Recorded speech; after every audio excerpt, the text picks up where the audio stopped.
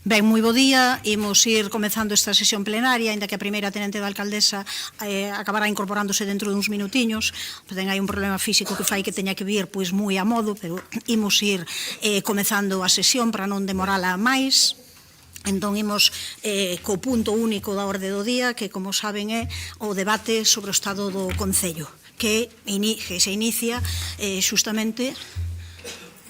Hai algún problema? Nada, é unha cuestión menor, non se preocupen. María Rozas vai chegar dentro dun momento en perfectas condicións, non se preocupen. Imos dar inicio pois coa intervención, neste caso, miña como alcaldesa inicial, para logo xa entrar no debate e coa intervención do resto das persoas da corporación. Moi bo día, concelleiros, concelleiras, secretario da corporación, tamén os xornalistas que nos acompañan e as persoas que nos seguen por streaming. Chegou un día importante para o Concello de Santiago de Compostela, o día de facer balance do ano 2025 e tamén de sinalar os principais retos que temos por diante. No debate anterior explicaba que Santiago de Compostela é un concello complexo, especialmente complexo, ou, se o queren, pois especificamente complexo. Poderíamos analizar esa complexidade desde diferentes puntos de vista, desde moitos indicadores, pero simbólicamente, para dar inicio a esta intervención, vou usar un deles, moi coñecido. Compostela é unha aldea, mais é a aldea máis importante de Europa. Con estas palabras, Otero Pedraio, a quen este ano recoñecemos, falaba desa síntese entre o rural e o urbano que sempre caracterizou o noso municipio. Nun exercicio maxistral de sincretismo, o gran Don Ramón sitúa o nacemento das gárgolas nos pesadelos dun pastor feito canteiro que esculpe na terra do mestre Mateo monstros e imaxes a semellanza dos animais que imaxinaba vendo as nubes na súa infancia. Este conto, titulado O pastor dos feos vechos, remata cunha choiva intensa con que as gárgolas agradecen ao seu creador terlles dado vida. Cando queremos voar, temos que facelo ben alto, porque senón podemos tropezar nas gárgolas. Cando temos que tomar decisións hai que coller perspectiva e facer abordaxes integrais desde certa distancia para obter resultados a medio e longo prazo, para que as urxencias non oculten o importante. Esa choiva intensa do relato oteriano é a que levamos visto caer este inverno, a ninguén se lle oculta, non? Xa vai inverno medio pasado tras a Candeloria, mas aínda temos inverno, sen ningunha dúbida, cunha auga que nos lembra continuamente onde vivimos, mas que ao sedar en episodios cada vez máis rápidos e intensos, acompañada de forte vento, de temporais, de borrascas, de dioivos e desas que modernamente chamamos cicloxénesis, tamén nos indica que debemos facer fronte ao cambio climático, a esa emerxencia que tamén se achega a nós cada vez máis. Pensar a cidade para as vindeiras xeracións é unha obriga inexcusável. Desenvolver políticas para o medio e longo prazo, en voo alto e non rasante, debe ocuparnos e preocuparnos. Chegamos a este debate do estado do municipio fuxindo de triunfalismos e recoñecendo que as mudanzas estruturais levan tempo e, lóxicamente, sobardan varias anualidades e mandatos. Nós recollemos e continuamos o que outras corporacións iniciaron e proxectamos profundas transformacións que continuaremos a desenvolver en anos vindeiros. Chegamos a este debate co convencemento de estarmos a traballar na liña correcta, naquela que deixa mudanzas que han ficar para anos e que han ser referentes de transformacións profundas no noso concello, ao mesmo tempo que, como é obrigado, temos que atender as urxencias e as necesidades do cotián para mellorar a vida da veciñanza. Velaí o noso principal obxectivo, mellorar a vida da veciñanza, avanzar nunha transformación transversal e integral, facilitar novas canles de participación cidadá e escoitar ese conxunto da poboación que xa chegou a 100.000 habitantes.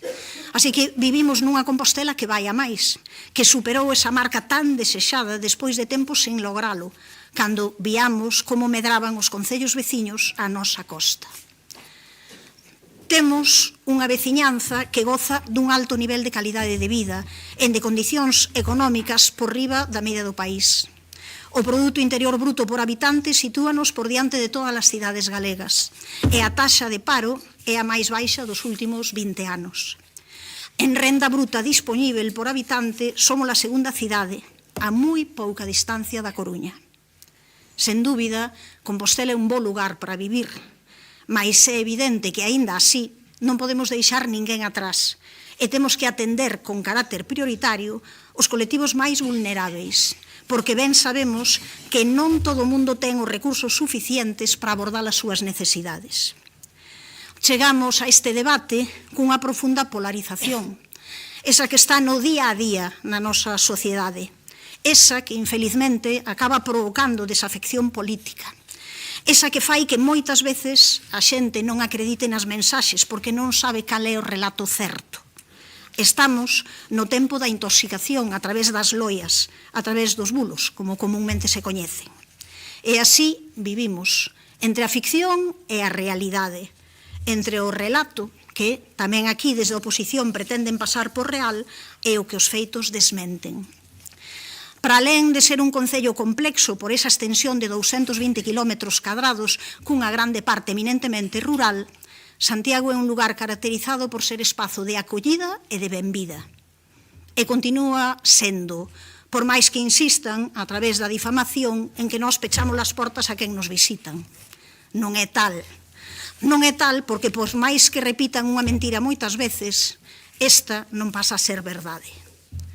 Así que convido a un paseo polas 7 portas da cidade para comprobalo. Estas portas, as nosas 7 portas, símbolo de apertura e de transparencia, continúan abríndose como facían noutrora para a entrada de peregrinos, de camiñantes, de labregas que viñan vender os seus produtos, ou de parellas de bois, que tamén transportaban o viño polo arco de Mazarelos. A única porta de que fican vestixios claros, a que aínda continúa en pé. Por certo, un espazo que vai ter unha importante intervención do Consorcio de Santiago ao longo deste 2026. Ese lugar, ese espazo de entrada que é o camiño máis recto e rápido para as xentes que vimos de Sar, pasa por Castrondouro. Quero avanzar que nas próximas semanas teremos o proxecto definitivo para recuperar a súa raxante orixinal, tal e como nos comprometemos. En a confluencia de Castrondouro con Mazarelos está a Virxe da Cerca, unha parte importante dese conector central da cidade que este goberno quere transformar para eliminar a separación entre a Améndoa e a cidade que a circunda e para gañar espazo para as persoas que circulan a pé, en bicicleta ou en transporte colectivo. Nós defendemos unha cidade onde collan todas as rodas. E iso significa que o espazo público pertenza tamén ás rodas dos carriños de bebé, aos carriños da compra ou ás cadeiras de rodas. É un empeño que avanza cada vez máis coa complicidade de persoas expertas e da veciñanza sensível ao reto da calidade ambiental e social.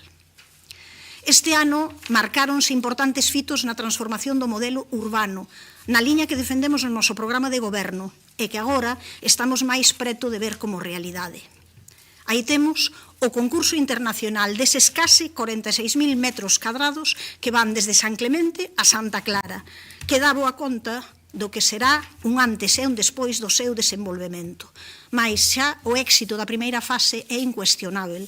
22 propostas presentadas, unha participación espectacular para repensar un modelo en que as persoas sexan o centro e onde o transporte individual ocupe a derradeira posición na listaxe de prioridades. Podo avanzar tamén que o xurado está convocado para o venres 20 de febreiro, así que en poucos días teremos as 5 propostas elixidas e delas sairá unha alternativa, unha opción que vai mudar a fisionomía da cidade para as próximas décadas. Despois de moitos anuncios en distintas ocasións, de debates sin froitos, fomos nós que nos atrevemos a ir máis alá, aceptamos o reto de voar alto e de deseñar o futuro. E tamén repensamos o ensanche. Ese espazo que hoxe ten un uso predominante de automóviles e que ten que dar paso a un modelo urbano sustentável e á escala das persoas, co obxectivo de loitar contra a emerxencia climática, adaptarse a ela e favorecer a interacción social e comercial.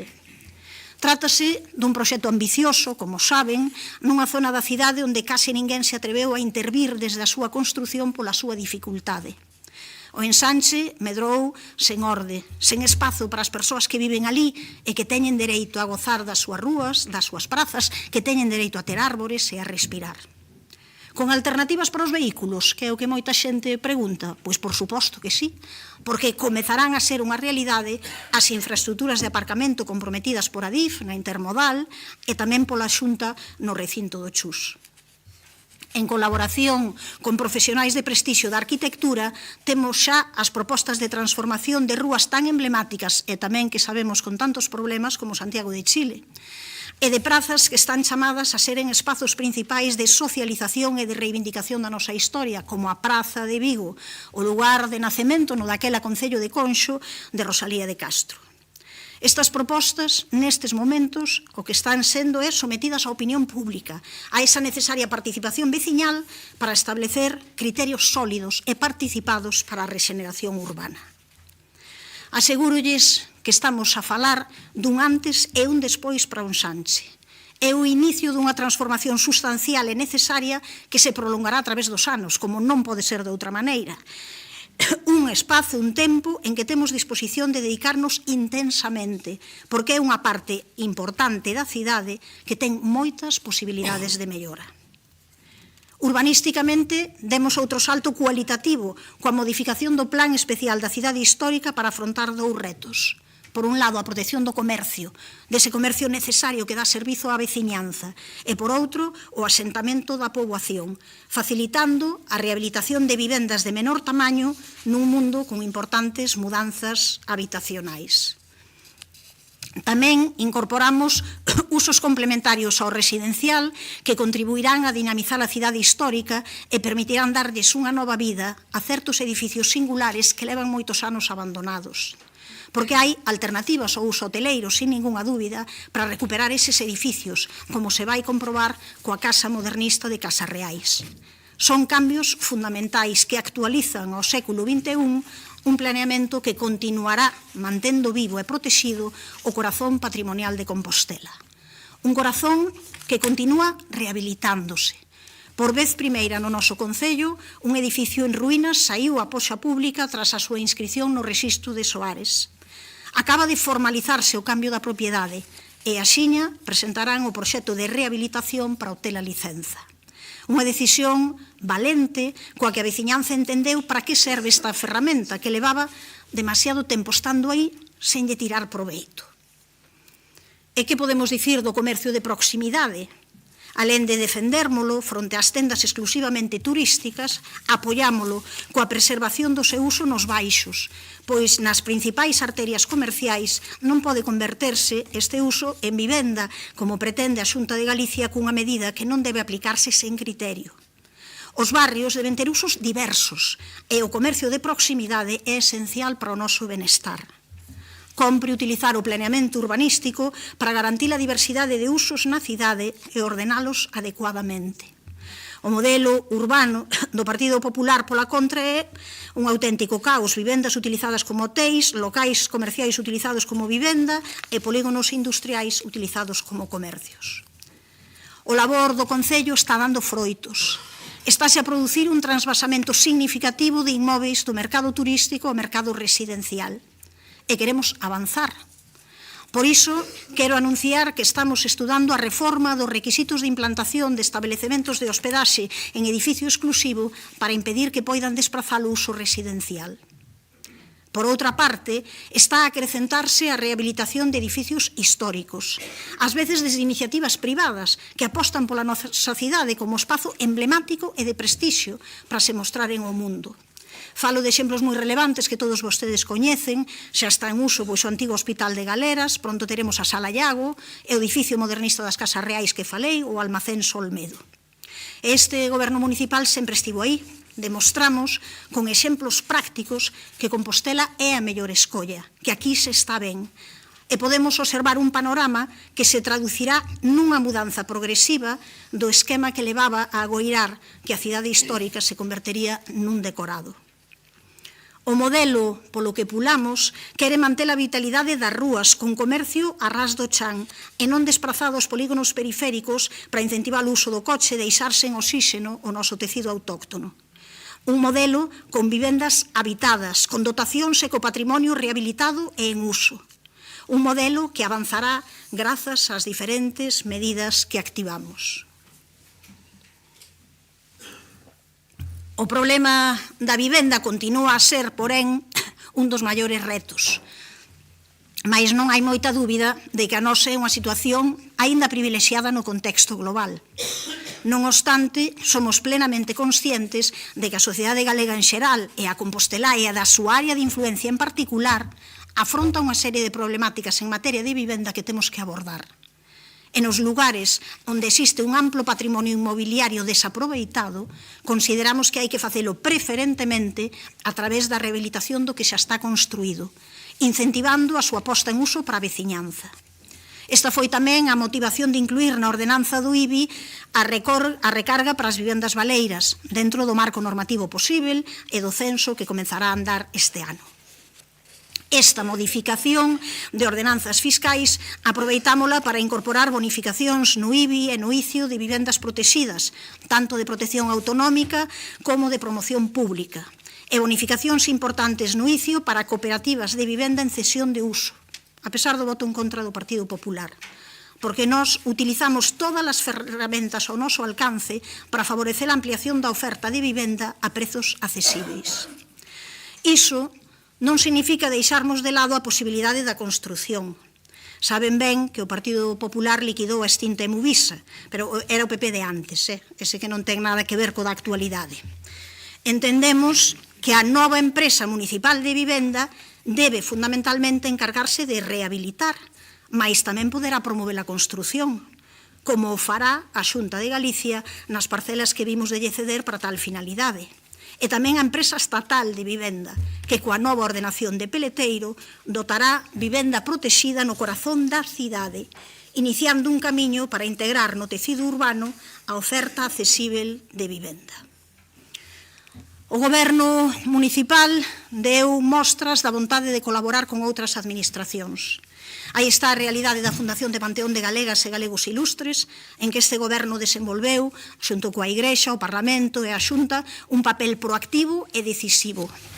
Tamén coas dotacións con fins sociais. Exemplo disto foi a cesión á Fundación Andrea dunha parcela na Praza da Mercé para o proxecto A Casiña da Andrea, co obxectivo de dar acubillo a familias con poucos recursos que teñan nenas ou nenos no hospital realizando o tratamento por estaren afectadas ou afectados de doenzas crónicas ou terminais. Na ficción creada por parte da oposición nada se move, parece, non?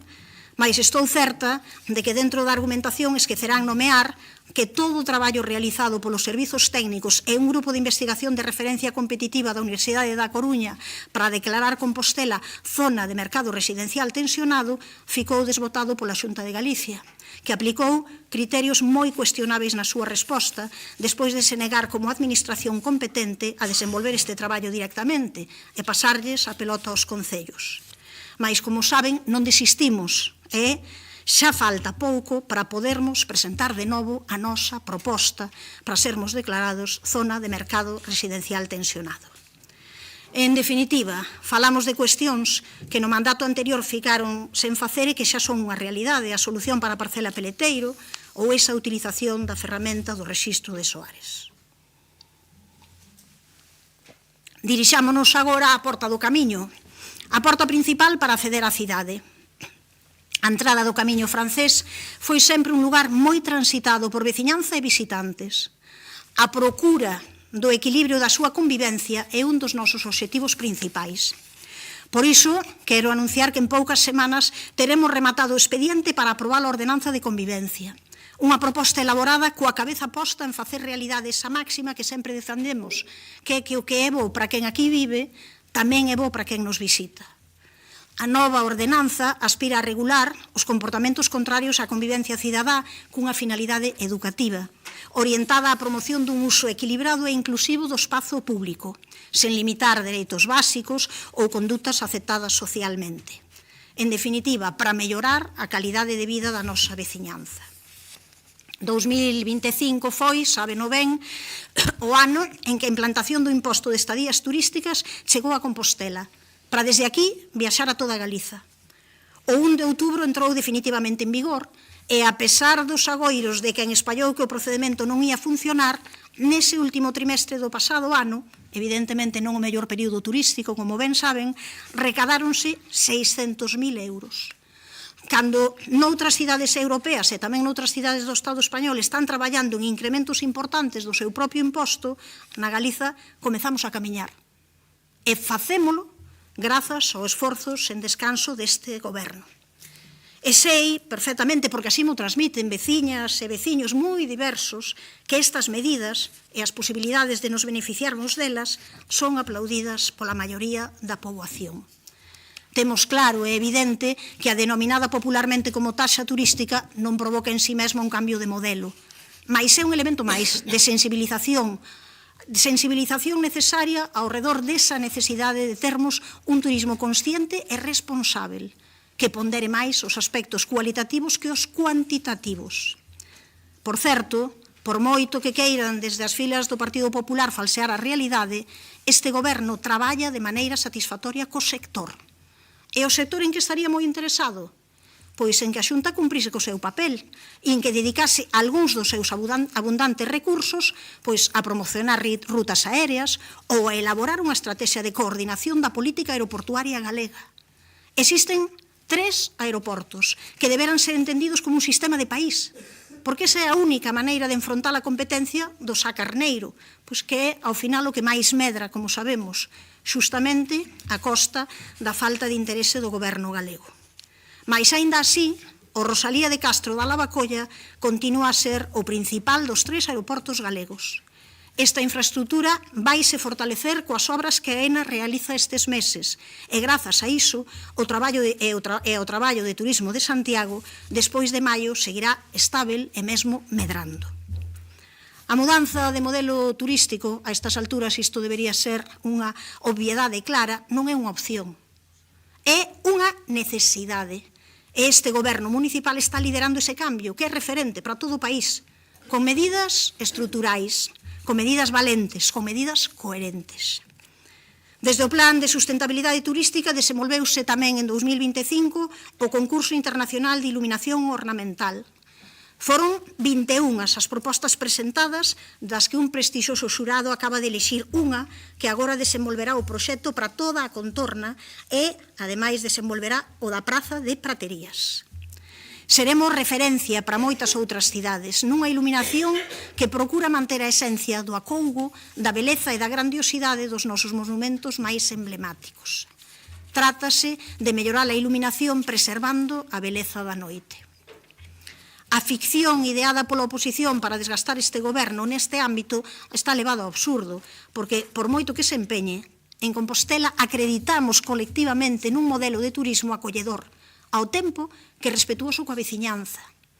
É por iso que a realidade se impón. Nós continuamos traballando man a man co sector e conseguindo melloras para o turismo compostelán e para a veciñanza.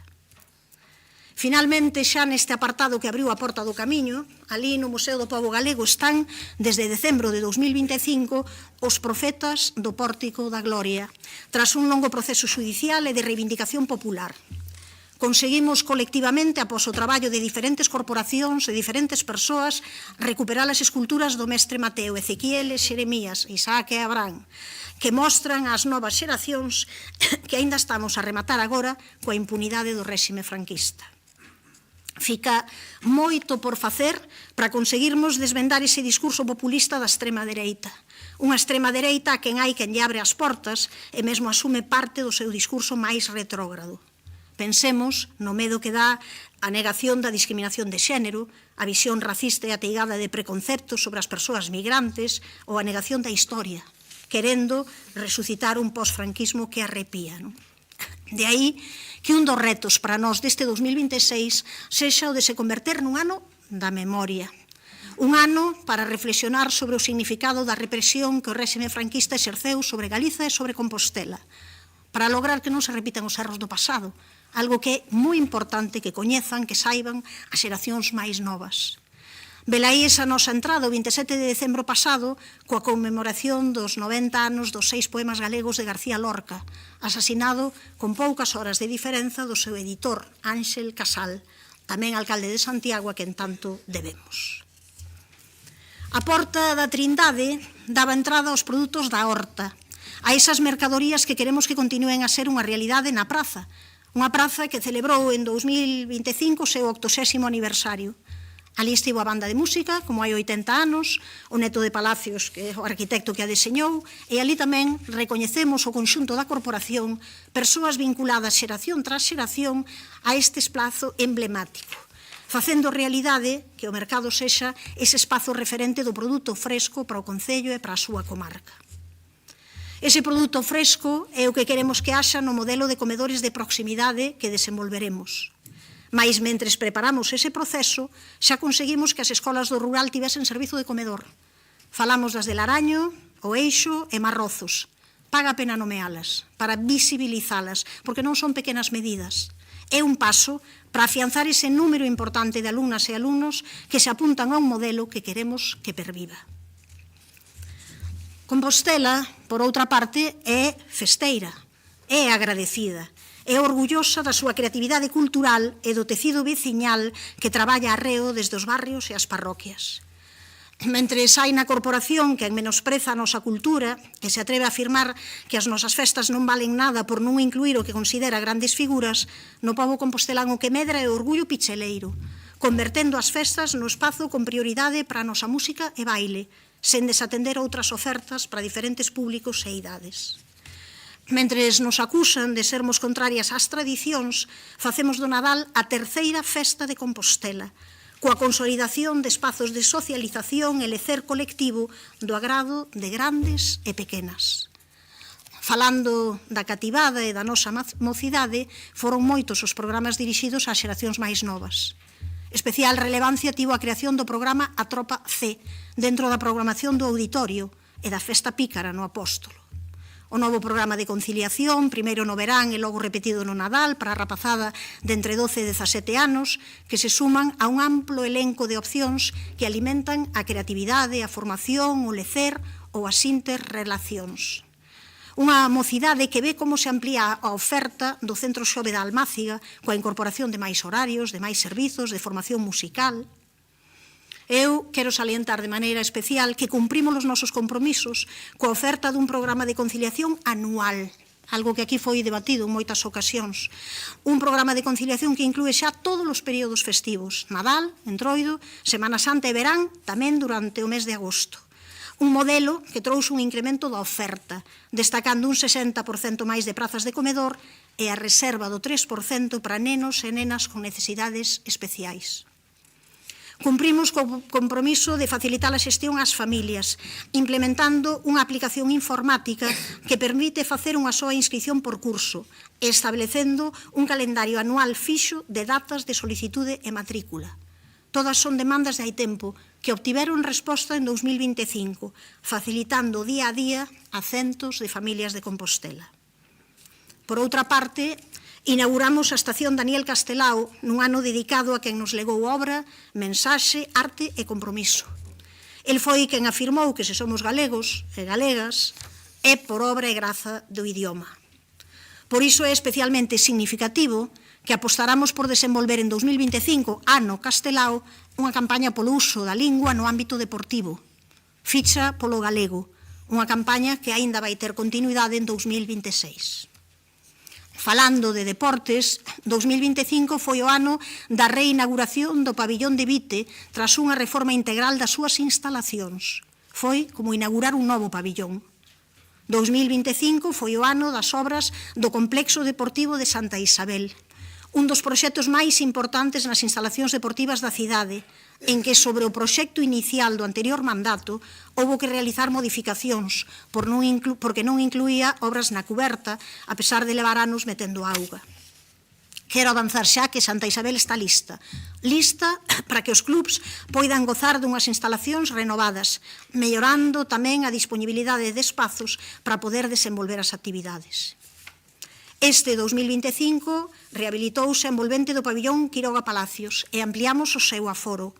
o que significou tamén unha pista totalmente renovada para a escola, que tamén fixemos accesível cunha rampla. Para alén de múltiplas intervencións e a importante axuda a todo o tecido deportivo, Compostela ten un importante reto en 2026. Compostela vai ser este verán a cidade anfitrioa dos 16º Xogos do Eixo Atlántico, onde 2.800 mozas e mozos de até 14 anos encherán a cidade para participar en diferentes disciplinas deportivas.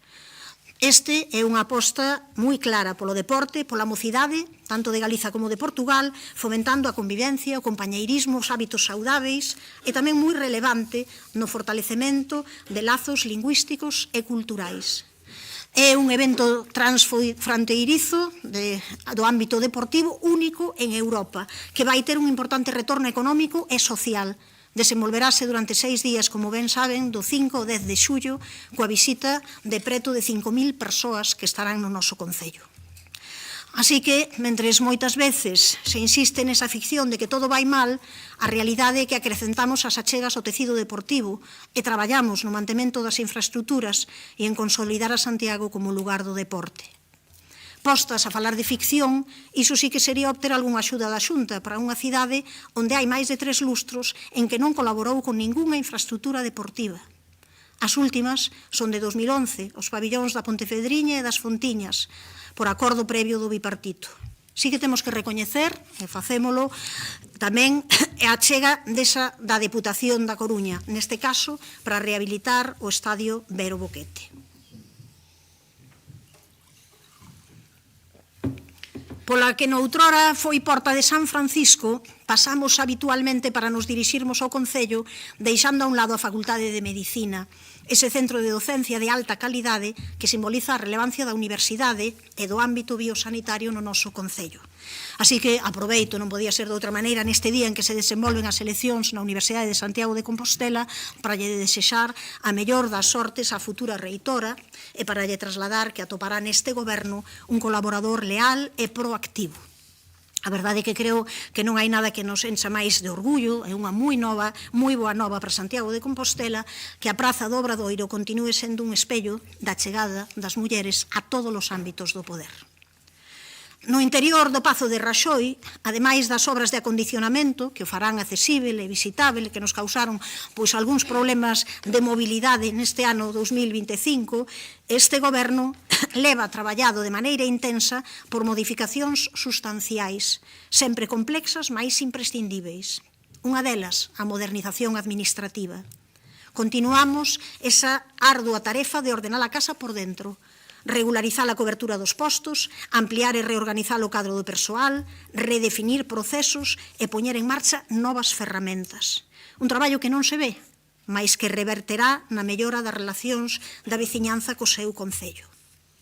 Nesa liña, a entrada en funcionamento do programa Xema, a nova aplicación para a contabilidade integrada coa xestión dos expedientes, vai supor un salto cualitativo na administración, sen ningunha dúbida, tamén un antes e un despois neste ámbito.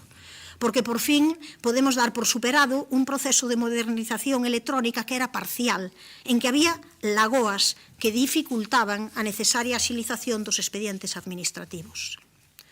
Por outra parte, este goberno municipal conseguiu 8,7 millóns de euros na convocatoria de fondos europeos que continúa as antigas EDUSI, o SEDIL, e o que vai significar, coa tamén a chega do Concello, unha inxección na zona norte da cidade de 14 millóns e medio de euros. O proxecto, que se desenvolverá até 2029, inclúe, entre outras actuacións, recuperar infraestructuras, como a armazón existente en Salgueiriños para unha factoría para a mocidade con ligazóns cos sectores culturais, tamén a construción de novos equipamentos, como un pabillón multiusos contiguo a esa factoría, obras de accesibilidade, como un elevador para Almáciga, humanización de espazos fragmentados e ocupados maioritariamente polos automóviles, como a Avenida da Coruña, ou actuacións de renaturalización de espazos fluviais en materia de vivenda, para alén de pôr en marcha a tarxeta cidadá. E tamén en Raxoi debatemos sobre como os concellos galegos teñen que afrontar importantes necesidades que son competencia galega e que, de facelas os concellos, teñen que ter os recursos necesarios. Velaí temos o que gastamos nos comedores escolares. A tío de agora, 1,2 millóns de euros ao ano, máis onde o novo contrato se vai licitar por máis do dobre, non? Porque o actual tiña moitas eivas, para alén de deixar fora as unitarias, a xestión de cobros e o monitorado preciso para nenas e nenos con necesidades especiais. Así que un dos retos do vindeiro ano será o avance no novo modelo de comedores escolares coa aposta polos produtos de proximidade quilómetro cero. Pero tamén, que podemos dicir dos máis de 6 millóns de euros do contrato do SAF? Non? Saben ben que o Concello ten que aboar esa cantidade de 24 euros, xa hai estudos que din que máis, a hora polo servizo de asistencia no fogar, e que recibimos da Xunta a partir deste 2026 16 euros hora, non? Realmente un incremento a paso de caracol, que vai chegar até 18 euros en 2028, non? O certo é que hai unha falta de compromiso da Xunta moi clara cos concellos. Durante o ano 2025 traballamos de maneira intensa no contrato do transporte, que iniciou a súa licitación no mes de decembro e que agardamos poder adxudicar ao longo de 2026. O compromiso do Goberno municipal para poder mellorar o servizo de autobuses é total, pois somos conscientes de que nos xogamos un incremento de prestacións e unha óptima mobilidade polo territorio municipal. Convocamos tamén a Comisión para debater o modelo de xestión da auga, cun informe que aposta por unha sociedade mixta con maioría municipal, por entender que a auga é un ben público básico e que sobre a súa xestión debe haber un control municipal e garantir a súa gobernanza. É unha mágoa, en xeral, que non quixesen optar por esta opción e que preferisen que a proposta ao Pleno fose a de continuar co modelo de concesión. Como saben, temos o debate plenario para decidir este mesmo mes, onde eu fago un chamamento á responsabilidade e a por os intereses da cidade por riba de calquera outro. E como dixen ao inicio, non somos triunfalistas. Claro, sabemos que estamos nun goberno en minoría. E por iso, sen renunciar ao que defendemos, eu levarei ao Pleno a proposta que ditaminou a Comisión da Auga, nun exercicio de democracia que non sei se todo o mundo practicaría.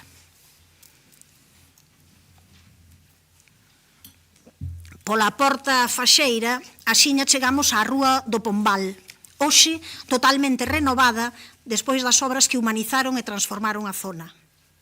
Tamén 2025 foi o ano de Puente la Reina, de García Lorca e da Pontepedriña, esta última no marco do proxecto Entre Sar e Sarela. Obras, estas dúas últimas, que se completarán en 2026. Outras actuacións deste importante proxecto de renaturalización urbana remataron en 2025, como a Lagoa de Cornes e o Xardín Botánico. Por outra parte, redactouse e aprobouse a Estrategia de Infraestructura Verde e Adaptación ao Cambio Climático, en coherencia coa galega, estatal e europea. Aprobamos o proxecto para a reurbanización da Rúa de Mallou. Este ano licitaránse as obras para transformar un ámbito de máis de medio quilómetro de longitude que supón un investimento de case 1,5 millóns de euros. O Concello de Compostela investiu máis de 12 millóns en obras neste 2025. Un bo número delas foron os máis de 20 puntos con actuacións para resolver a accesibilidade. Foron accións, ademais, que se deseñaron dunha maneira práctica. Fixéronse, tendo en conta as peticións da poboación que nos las fixo chegar a través de diferentes canles. Especialmente relevante foi a nova Praciña dos Loureiros, a intervención no cruzamento entre Xeneral Pardiñas e a República do Salvador, ou a actuación na Rúa do Hórreo, neste momento case rematada. Tamén, entre outros puntos, houve intervencións nas rúas Berlín e Varsovia, nos accesos principais á área central e nas ramplas de acceso a diferentes edificios das rúas Carlos Maside e Xesús Carro. Dentro da Estrategia Verde de Santiago está tamén a aposta pola ampliación dos parques, como foron os 80.000 metros cadrados do Berce de Sar, ese novo espazo para goce da veciñanza cun moderno parque infantil, un lago e lugares por descubrir que se unen á rexeneración de espazos verdes xa emblemáticos como o Banquete de Conxo. Como saben, Compostela ten unha extensa rede de zonas verdes que é importante manter, mellorar e promocionar. En cumprimento do plan de fugas, xa están aprobados os proxectos de abastecemento da Rúa da Mira e da Torreira de Arriba e a punto de comezar a súa licitación para executar as obras este ano. Tamén temos redactado o proxecto do colector da Avenida de Lugo, que vai dar solución aos problemas de asolagamentos na rotonda de Vieiro, no barrio das Fontiñas. Absolutamente imprescindível, unha obra moi importante. E aprobaremos próximamente a reurbanización de Ultreia, financiada cos fondos EDIL, un proxecto que vai permitir renovar as redes, dotar de accesibilidade todos os edificios e mellorar o espazo urbano dun barrio que, como saben, está á beira do centro e que ten numerosos problemas, sobre todo de mobilidade. É así como chegamos á Porta da Mámoa. As mámoas son habituais no noso rural e lémbrannos que este traballo constante para combater a discriminación do rural ten que ter continuidade para poder dotalo de todos os servizos necesarios. Para alén de incluirmos no novo contrato de transporte as liñas alimentadoras que conectarán as parroquias e que mellorarán sustancialmente a mobilidade de quen nela habita, conseguimos tamén que a Xunta aprobase unha excepción para facilitar a construción da vivenda naquel rural onde non existe o servicio básico de saneamento. E iso posibilitou que xa houvese novas peticións de licenzas para construir vivendas nunha zona moi necesitada de renovar a súa poboación. Ademais dos contratos de mantemento que están funcionando e que recollen as propostas de Ferusa, a Federación de Asociacións do Rural de Compostela, o Goberno de Santiago acaba de presentar ao POS da Deputación unha importante cantidade para arranxar os viais de parte do noso rural, 390.000 euros. Para alén disto, deseñouse para as parroquias de Santa Cristina e San Xoán de Fecha un proxecto pioneiro de creación dunha comunidade enerxética local. Con base nas instalacións nos centros socioculturais de La Mascal e Santa Cristina, redactouse un proxecto que permitirá ás vivendas situadas nun radio de 2 km dos locais abastecerse de enerxía económica e renovável. Respecto da Vía Verde, en colaboración coa Deputación, que é a administración que executa o proxecto, retomáronse os traballos do tramo 1A en Festa Estación Bella da Sionlla, As Pereiras, na Gracia, e iniciáronse os primeiros traballos no tramo 2.2, Ramelle, en Busto, até a ponte sobre o río Tambre, en Gosende, en Nemenzo. Cumprimos co rural, e por iso o gasto en 2025 para este ámbito supera con moito compromiso asinado e inclúe importantes obras, das que só vou destacar algunha. Completáronse o saneamento no Coto dos Olmos, en Bando, e a fase primeira de pavimentación da Rúa de San Martiño, en Aríns. Executáronse a ampliación da vía da Cañoteira ao Outeiro de Marrozos, a rexeneración do espazo público en Vilamaior, o abastecemento e o saneamento no Gaiós, o abastecemento en Frades, na Enfesta, e a rehabilitación do palco de música de Lavacolla. Ademais, licitáronse o abastecemento aos lugares de Agualada e da Torre en Marantes, a fase segunda do pavimento na Rúa de San Martiño en Aríns e o saneamento no sector leste de Formarís na Enfesta. Por outra parte, fixéronse importantes obras nas escolas rurais, as unitarias, para poder ofrecer o servizo de comedor, levarlle o saneamento e abastecemento, así como mellorar os espazos públicos, como, por exemplo, coas novas hortas e o parque infantil na del Araño. Fronte a esa ficción do abandono do rural, a realidade é que este goberno recoñece a débeda histórica que arrastrou este concello neste ámbito. É evidente. Sabe que resolvela é un proceso de anos, non é algo que se faga nun ano únicamente, nin nun mandato únicamente, mais cumpre o seu compromiso paso a paso. E a última das paradas, facémola na Porta da Pena, preto de San Roque, e dun espazo a través do que poderíamos evocar a Inquisición. Na dirección contraria a esa institución que reprimiu calquera coñecemento e calquera saber das mulleres, Compostela é un espazo feminista, o que nos levou en 2025 a honrar as cantareiras e a tradición oral, a realizar roteiros por figuras destacadas da nosa historia ou a contar con mulleres que son referentes fundamentais da nosa cultura. Podemos exemplificar isto porque hai moitísimos casos pois na divulgación da traxectoria de Concha Castroviejo, na maravilla de espectáculos como foron os de Guadi Galego e de Faia Díaz, ou na obra As mulleres que viven soas de Paula Carballeira, Premio Estatal de Teatro, ou a fantasía e ilusión dos espectáculos de Pista 4, Premio Estatal de Circo, tamén con presenza importante femenina, ou a celebración do 10º aniversario de Vacas máis recentemente. E seguirá tamén este camiño en 2026 co recoñecemento a unha veciña ilustre e combativa, Begoña Camaño, escritora, xornalista e activista feminista. Especialmente significativa foi en 2025 e será en 2026 a honra ás mulleres de Compostela polo 8 de marzo. Mais unha vez, é certo, máis unha vez, máis agora coa súa incorporación formal ao regulamento de honras e condecoracións do Concello de Santiago. Quero tamén neste apartado ter unha lembranza para a primeira vítima galega de violencia de xénero neste 2026, Belén Fernández, veciña do Concello de Mos. O Concello de Santiago continúa a súa actuación e a súa colaboración en todas as frontes para loitar contra a violencia machista.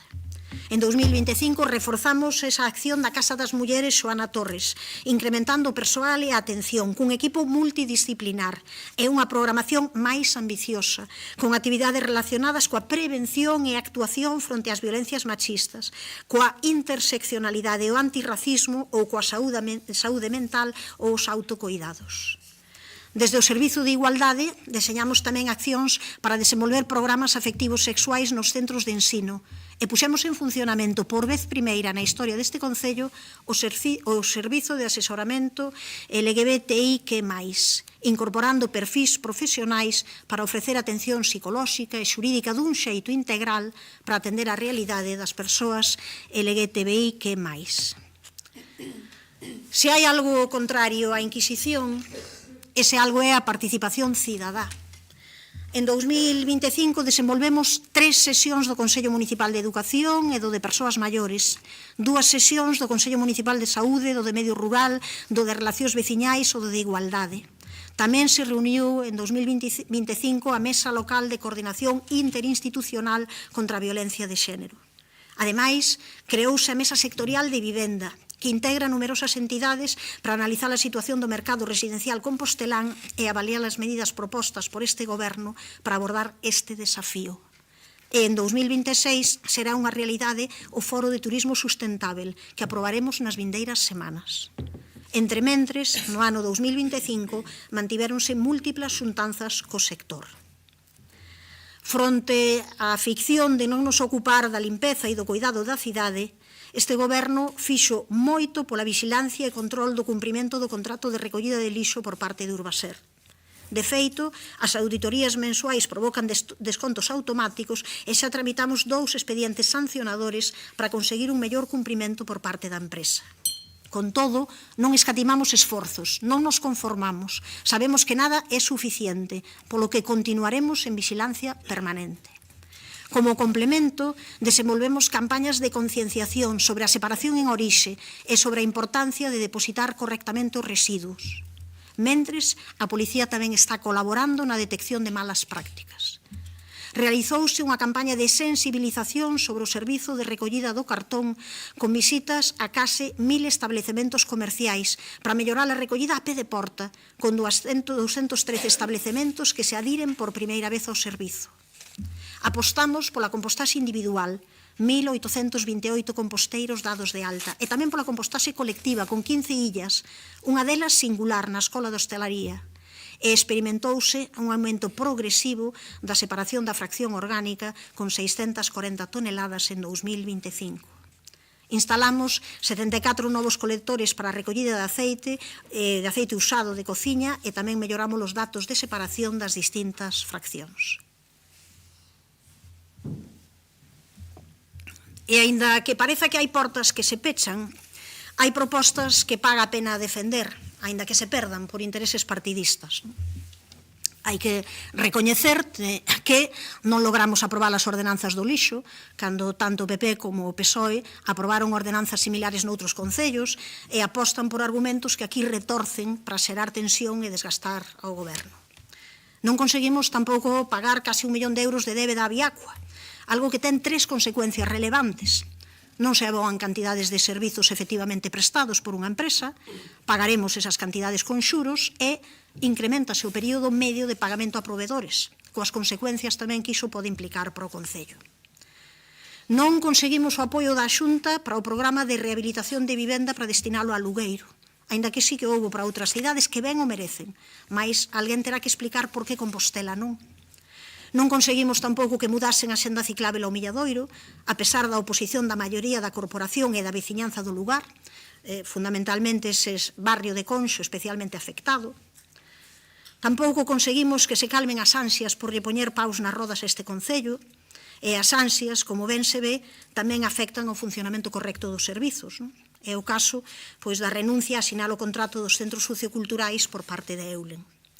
Non fomos quen tampouco de tranquilizar o ánimo a oposición moitas veces, nin de ter debates máis sosegados. Non quero rematar xa sen afirmar que este foi o ano en que lle mudou a vida ao noso interventor municipal, a Javier Ulloa. Todo o meu cariño e ánimo para quen soubo enfrontar con tanta enerxía momentos moi duros, que tamén tiveron a súa repercusión na xestión municipal. Tamén quero, xa para rematar, mandar todo o cariño para as familias e as amizades de quen nos deixou durante este ano 2025 e os azos para as persoas que agora mesmo están sufrindo coa enfermidade. Como dicía ao comezo, se o queremos mirar desde as distancias curtas, sempre haberá algo mal feito. Sempre vai haber algo mellorável, sempre cometeremos erros, porque non se engana quen non conta e non rompe un prato quen non frega. Mais fronte aqueles que optan polos voos rasantes, ou os que voan tan baixo que van tropezar coas gárgolas, este goberno quere voar alto e quere ver a cidade con todas as portas abertas, as 7 ou todas aquelas que queiramos, aínda máis, porque somos unha cidade e unha grande aldea aberta ao mundo. Obrigada, e pasamos as intervencións agora dos diferentes grupos. Comeza, entendo, o señor Muiños, cando queira. Bo día, alcaldesa, compañeiros.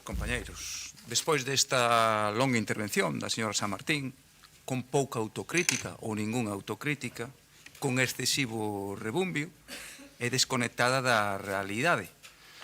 Supoño que con anuncios por ese voo alto, o mellor, con eses anuncios a desesperada de distintos proxectos, como que debeu de esquecer ata hoxe, ocórrenseme 5 preguntas. A primeira, que sería da señora San Martín e deste goberno local se non fora polos proxectos que deixamos con financiamento e proxectados no anterior mandato? Reurbanización da Morrival, reurbanización do Pombal, rehabilitación dos pabillóns de Vite e Santa Isabel, Parque da Alameda e de Sar, Casa dos Maiores no Ensanche, etc. A segunda, que sería deses proxectos e do seu financiamento se a señora San Martín e o seu goberno local non os xestionaran e fósemos outros o que o fixemos?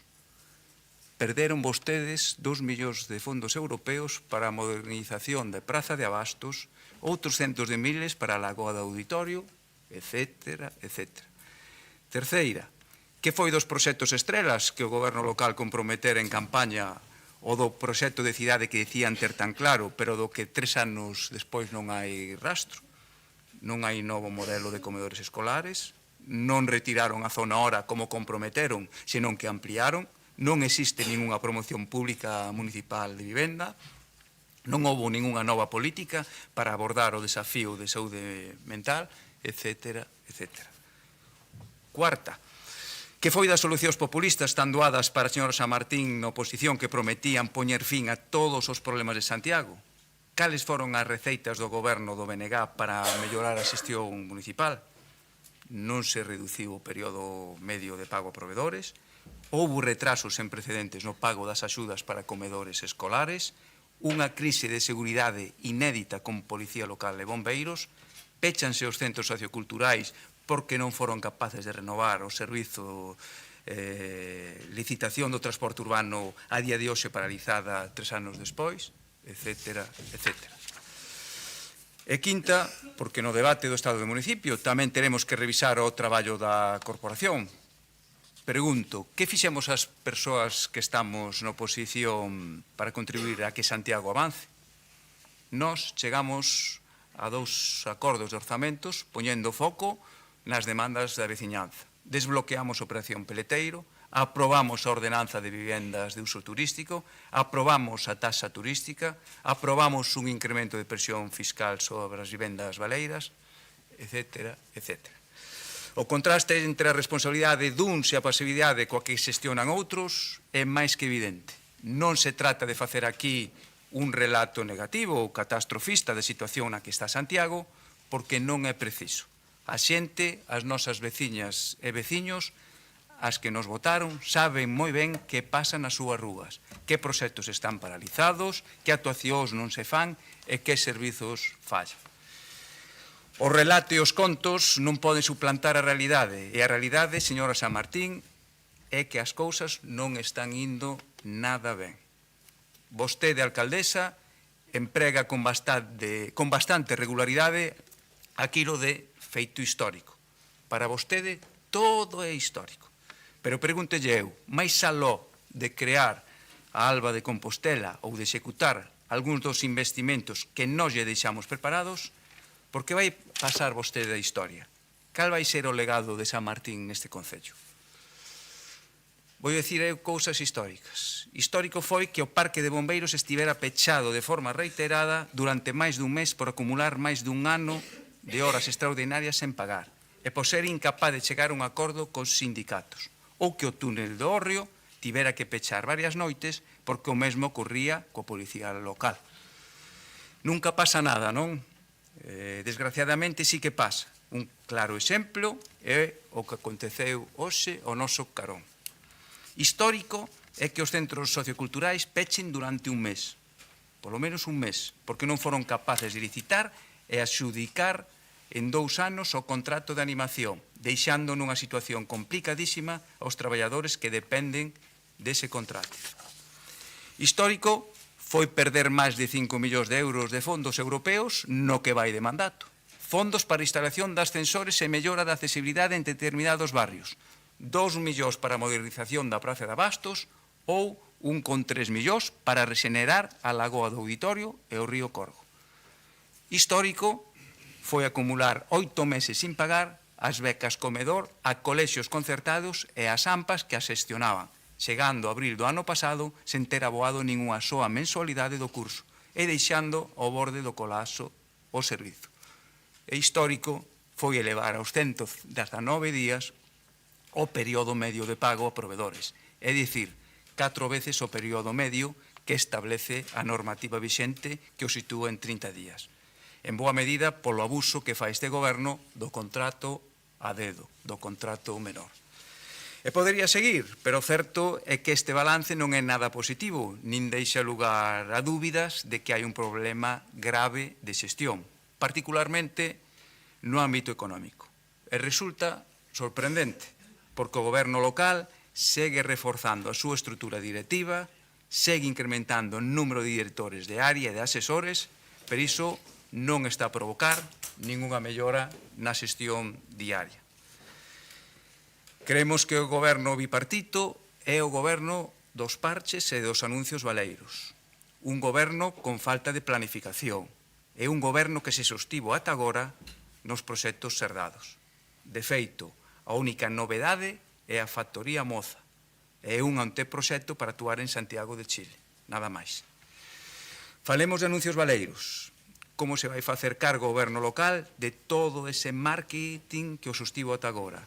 Pregunto eu, que pasa co Parque Comarcal de Bombeiros? Que foi daquel famoso convenio ca USC para arranxar o Campus Sur? Ou daquel outro que ia supor a construción do aparcadoiro do Chus? Nada. Ilusións e fantasías. Falemos de planificación e de xestión. Os aparcadoiros da Praza de Galicia e Praza de Vigo poderían estar xa recuperados ao público, pero deixaron que vencer a concesión sen ter prevista a súa municipalización e agora estamos en prórroga.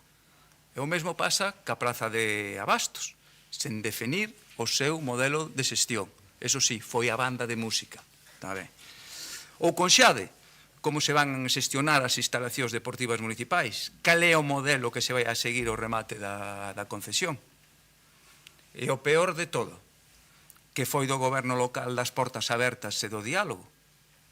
Aquí, neste pleno, vimos os vixiantes de seguridade das instalacións deportivas queixarse porque non eran atendidos polo goberno local, a pesar de que atravesaban unha delicada situación económica polos atrasos no pagamento das súas nóminas.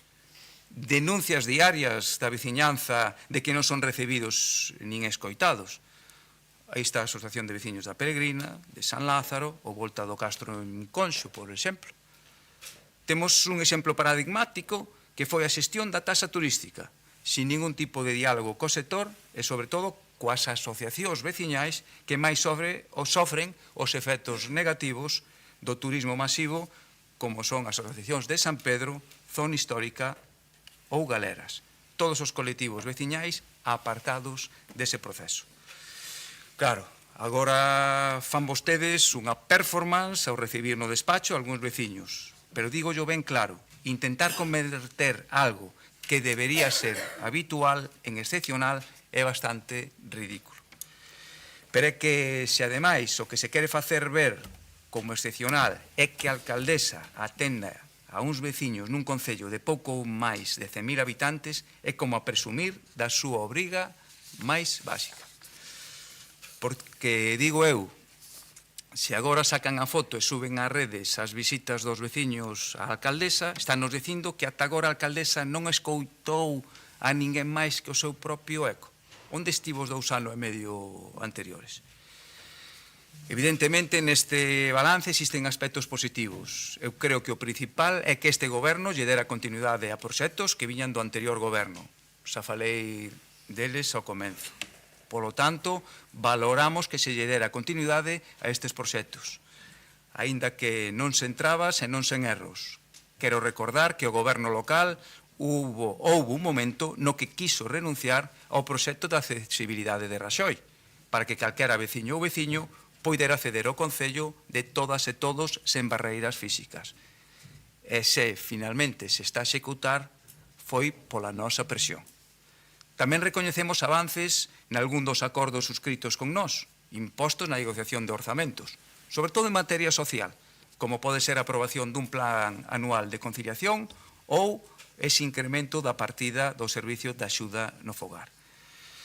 Pero creo que podemos chegar a afirmar, cando estamos neste punto do mandato, que estes casi 3 anos poderían ser 3 anos perdidos se non existiran todos os proxectos que deixamos en marcha no anterior goberno.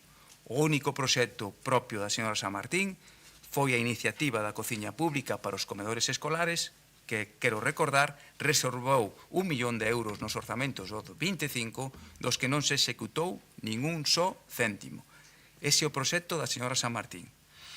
E fronte a iso, fronte a falta de diálogo, fronte a neglixente xestión, fronte a perda de fondos europeos e fronte aos anuncios baleiros que nunca chegan a concretarse, nós preferimos responder con responsabilidade, lealdade institucional e compromiso coas nosas veciñas e veciños.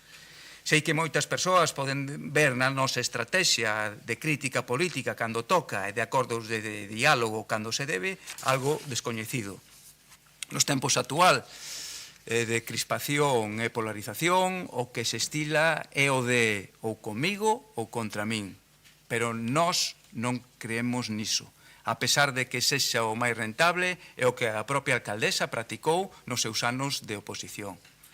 Miren, nós tamén facemos exame de conciencia da nosa acción política na oposición e facémolo con total transparencia tamén hoxe no debate de Estado e municipio, porque do mesmo xeito que nós fiscalizamos a acción do goberno local, tamén a cidadanía ten dereito a fiscalizar a nosa propia. Nós podemos cometer moitos erros, pero sempre procurar priorizar o interese xeral. Así o fixemos co Operación Peleteiro, coas ordenanzas de vivendas de uso turístico, aprobando un documento que completaba a regulación impulsada pola compañeira Mercedes no anterior mandato, ou coa taxa turística, necesaria para que o turismo contribúa e que os efectos negativos sexan compensados para que non nos custe calidade de vida.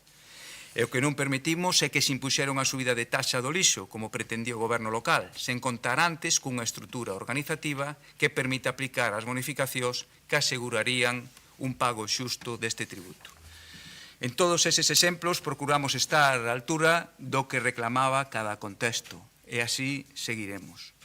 Agora, ante o último ano de mandato, estamos no momento de afianzar o legado que queremos deixar deste mandato. Por iso reclamamos diálogo, sobre todo máis xestión e máis control das concesionarias e dos expedientes, axilidade e impulso nos grandes proxectos estratéxicos, pero sen descoidar as cousas do día a día.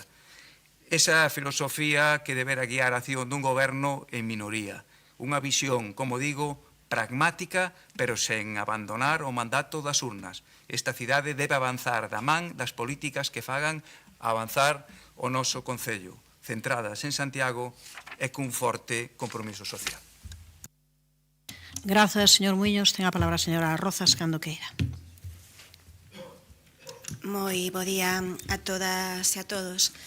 Nestes días, repasando a hemeroteca, recuperei un artigo do xornalista Xosé Manuel Cambeiro sobre o debate do estado do municipio do ano 2018. A retranca de Cambeiro, que tanto se bota en falta dende a súa xubilación, fíxome reflexionar sobre como afrontar este debate e, sobre todo, como se desenvolven habitualmente as sesións plenarias desta corporación. Naquele artigo, de hai 8 anos, afirmaba Cambeiro que estes debates sobre o estado do Concello serven para mirarlle a temperatura aos temas, pero que cada grupo municipal midea co seu termómetro. E engadía que son sesións nas que poden enumerarse casos de encefalograma plano con argumentos vivos e casos vivos con voz de encefalograma plano. Eu coido que Cambeiro afeábanos a clase política en xeral que a efusividade de quen intervén en debates como este non sempre vai acorde nin a realidade das cousas, nin a súa relevancia para a xente. Creo que iso acontece especialmente neste mandato, no que algúns escapan de forma moi rotunda dos debates constructivos neste salón de plenos, pero tamén fora del. A sesión de hoxe deberá ser unha oportunidade para que o Goberno rinda contas ante a veciñanza de maneira pausada, porque para iso foron concibidos estes debates. Eu vou intentar trasladar como tenente de alcaldesa e como portavoz dun dos grupos que forma parte do Goberno e explicar cal foi a acción de Goberno nas áreas que dirixe Compostela Aberta e cal é a folla de ruta para este ano. E quero facelo sen caer nos encefalogramas planos que afeaba Cambeiro, senón falando de temas vivos e con argumentos vivos e sen obviar ningún. Sei que chegamos a este debate sobre o estado de municipio con cuestións importantes que non están no punto que desesábamos. Non negamos a nosa preocupación pola situación dos centros socioculturais que vimos explicando nos últimos días con absoluta transparencia e sobre a que vimos tomando decisións difíciles, pensando nos intereses das traballadoras, pensando nas persoas usuarias e pensando no conxunto do Concello de Santiago, porque iso é gobernar. Teríanos gustado tamén chegar a este debate pois co procedimento da licitación do transporte noutro punto, sen estarmos pendentes da resolución dos recursos presentados no Tagal, recursos que sempre dixemos que eran previsibles, que eran esperables nun contrato destas dimensións. Sei que non é habitual comezar a intervención deste pleno falando dos debes, mais a transparencia e a honestidade van no ADN da organización política que represento.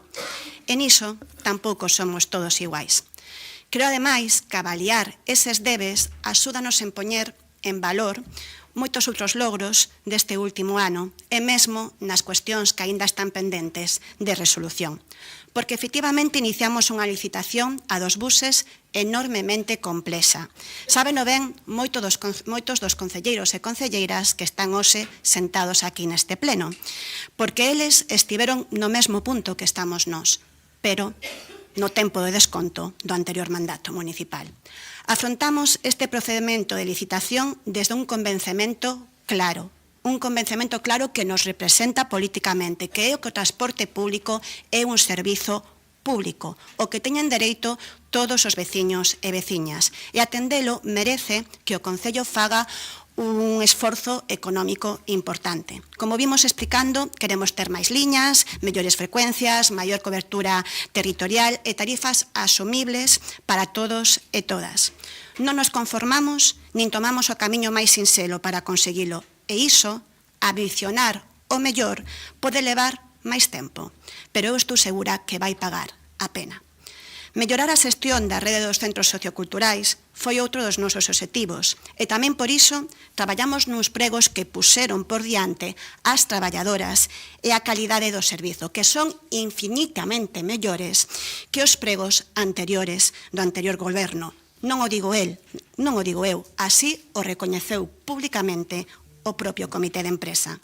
Non contábamos, certo é, con decisións irresponsables e injustificadas que son as que nos levaron á actual situación. Unha situación a que ninguén quería ter chegado e que seguimos traballando para solucionar, porque, insisto, iso é gobernar e iso é xestionar. Esa xestión, mesmo cos seus debes, tráenos hoxe aquí cun balance do que podemos sentirnos orgullosas. Eu síntome orgullosa de ter executado 135 euros por habitante en gasto social, fronte ao executado nos orzamentos do 2025, feitos polo Partido Popular, que foron 55 euros de investimento social por habitante. 135 fronte 55. E lembro este dato e incido nel para que o anoten aquelas persoas que se preguntan en que mellorou Santiago nos últimos 10 anos. En 10 anos máis que duplicamos o gasto social por habitante.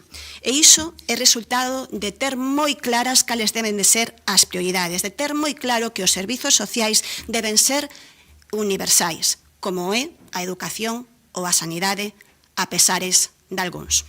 Os números están aí, e detrás deles están as persoas. Están preto de 20.000 veciños e veciñas de Santiago que foran atendidas polos servizos sociais municipais ao longo do 2025, e non por atoparnos nunha situación de maior vulnerabilidade ou de maior exclusión, senón porque se incrementou a carteira de servizos. Están as máis de 800 usuarias do servizo de axuda no fogar, a cifra máis alta da historia do Concello de Santiago. E no 2025 non só atendimos a máis persoas, senón que as atendimos mellor, incrementándolle o número de horas, en 16.000 horas, con respecto ao ano anterior. Isto é o resultado dun compromiso que se traslada a feitos e que se traslada a números, dun compromiso orzamentario que, lamentablemente, non é compartido por todas as administracións, sobre todo por aquela a Xunta de Galicia gobernada polo Partido Popular, que é quen ten a competencia, pero que sigue raleando o financiamento deste servizo aos concellos, que o trata como se tratara de darlle unha limosna aos concellos. Fronte a esa recanería, o Concello de Santiago ten hoxe un contrato do Servizo de Axuda no Fogar no que destinamos 6,3 millóns de euros anuais, fronte aos 3,6 do anterior mandato.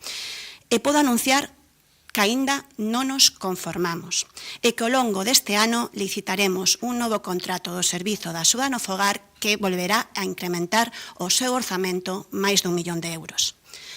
Pero, ademais do Servizo de Axuda no Fogar, esforzámonos en mellorar outros moitos servizos e programas do Departamento de Servizos Sociais, dirixidos fundamentalmente á poboación maior, que é unha das nosas prioridades.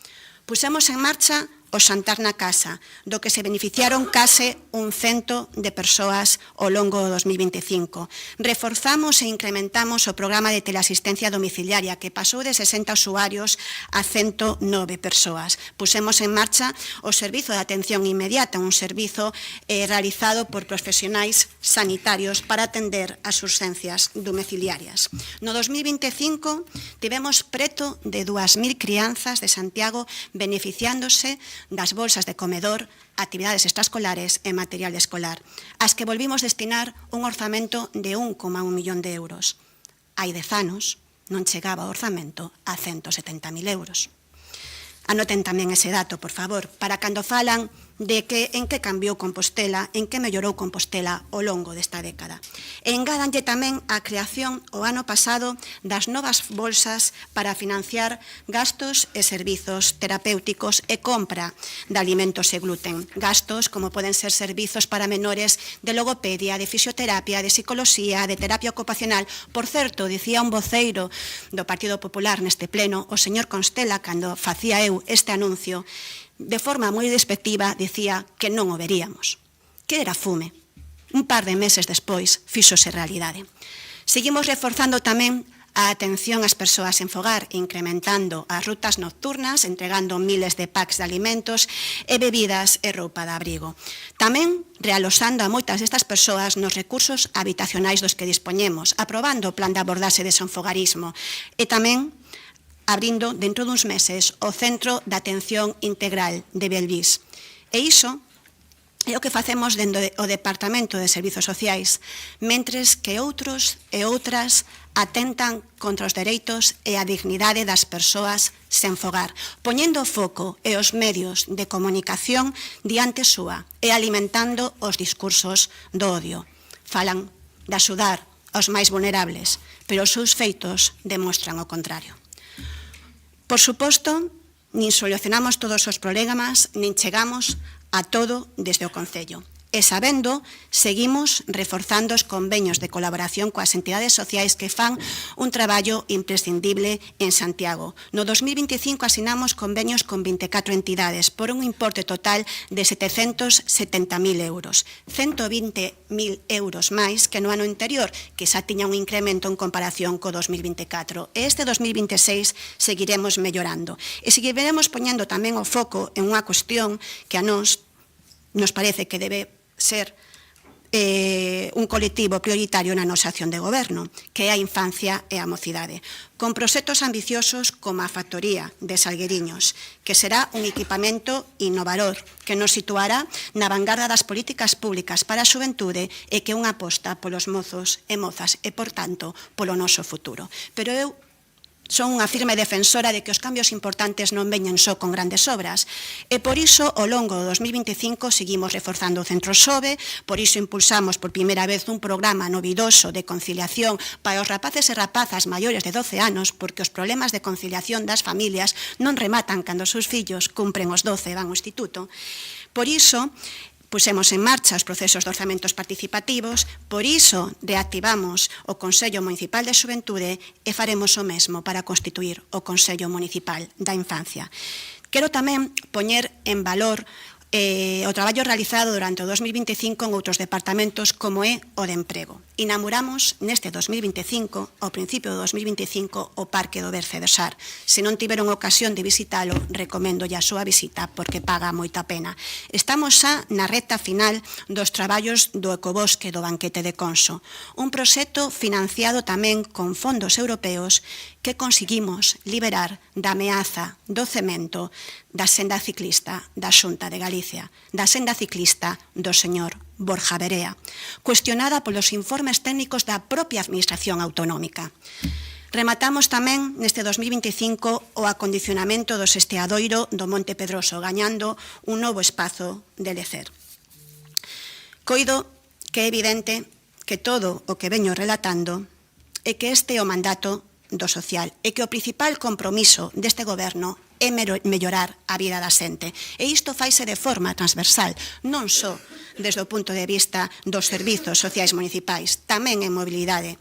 E referíame ao comezo da miña intervención á licitación do novo servizo de transporte urbano, que é unha medida fundamental, pero houbo avances xa neste sentido. De feito, sen termos aínda o novo contrato, conseguimos atender dúas demandas históricas. A liña directa ao aeroporto e que o bus chegara ao barrio da Almáciga. Eu creo que son melloras palpables. Ao longo deste ano iremos realizando outras medidas importantes, unha delas, por exemplo, as licencias de taxi, para as que por fin conseguimos esta mesma semana o visto bo definitivo da Xunta de Galicia, e quero lembrar que Santiago leva co mesmo número de taxis desde o ano 1998, e que foi este goberno e non outro o que por primeira vez iniciou o proceso para conseguir ampliar ese número de licenzas, claramente insuficiente para unha cidade que non é a mesma cidade que fai 30 anos. Non é tampouco o Santiago de fai 10 anos, cando Cambeiro asinaba aquela crónica sobre aquel estado do municipio. Temos, mal que lles pesa a algúns, unha Compostela mellor. E o digo convencida, temos unha estación intermodal, unha depuradora pola que levábamos décadas agardando. Temos unha maior consciencia como sociedade sobre a necesidade de defender un modelo turístico máis responsable, con menos pisos turísticos e, polo tanto, con menos riscos de que os veciños e veciñas sexan expulsados. Temos un Santiago con maior prestacións sociais e moitas outras cuestións que aínda han de vir. Ese é o Santiago que eu vexo e que traballamos desde o goberno para preservar e para continuar mellorando.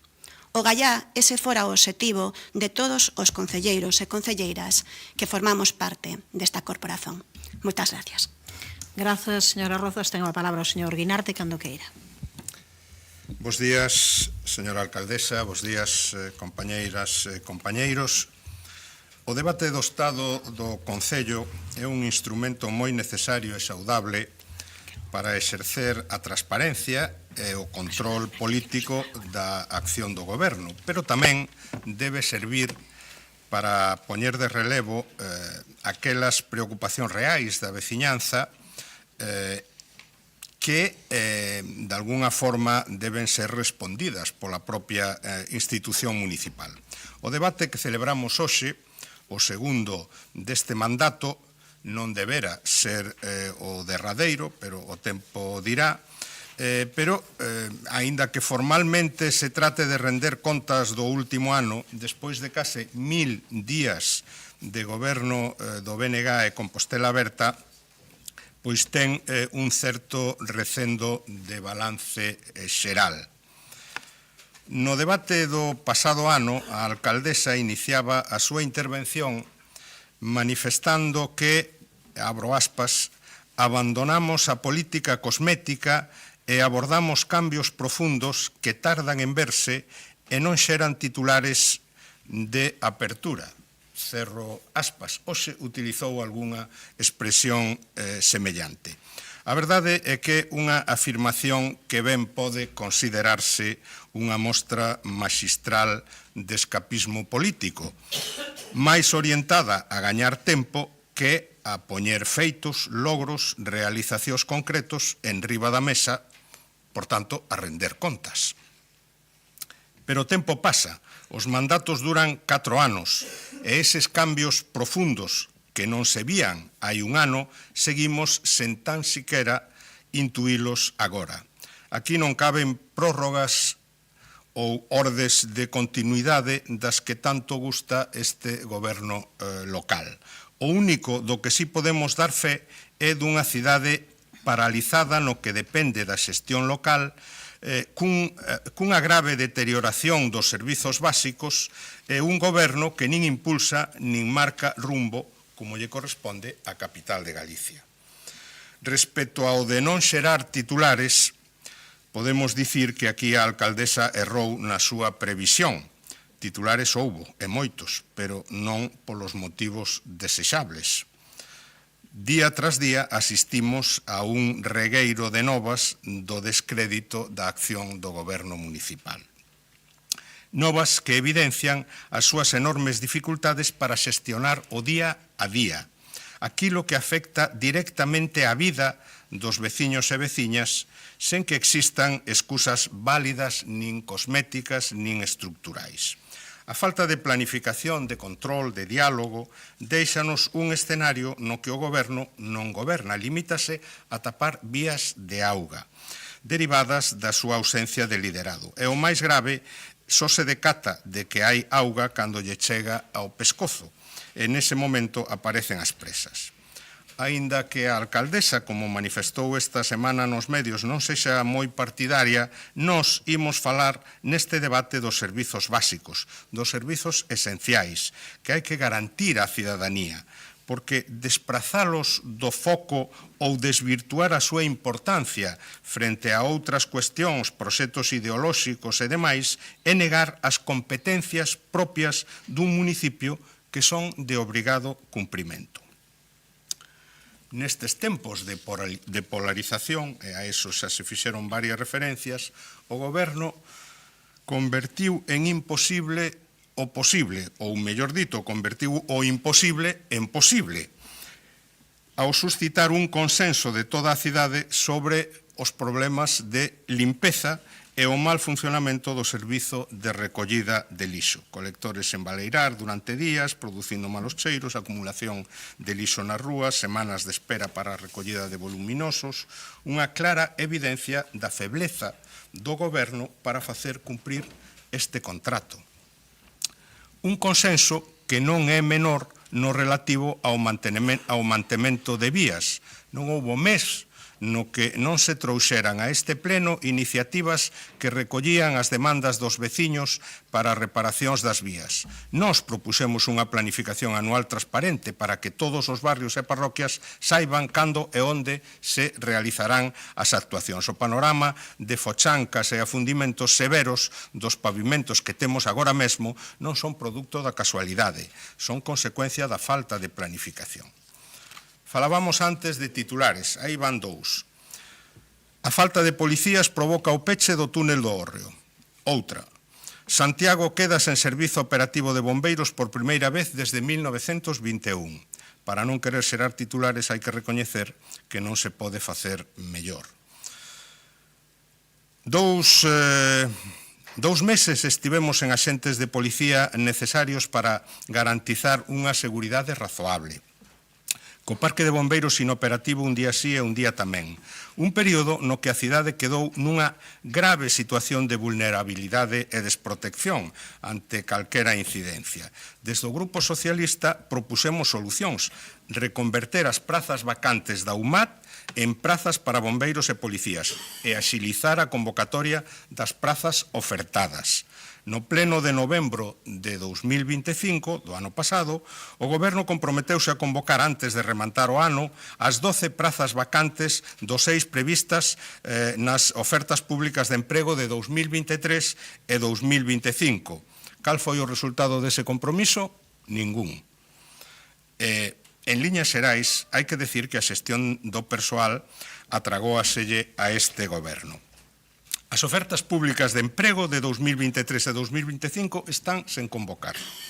Da oferta pública de emprego de 2024 só hai convocados 3 procesos de promoción interna e o resto de prazas tamén sen convocar. A xestión é tan preguiceira que, por exemplo, para actos de nomeamento que deberan levar unhas semanas, pois tardan un ano e ás veces máis.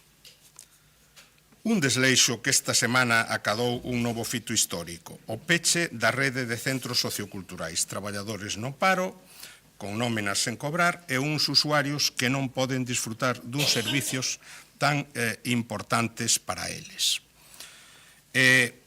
Si falamos de comedores, e a eles fixo referencia a señora alcaldesa, claro, unha das medidas estrela do BNG no seu programa era a implantación dun novo modelo de comedores escolares a través de cociñas nos propios centros.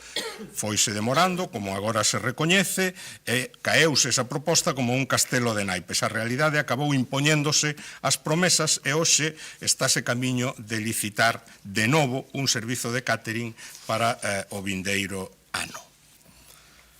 E se falamos de vivenda, que é un problema importante, importantísimo, do que todos eu creo que somos conscientes.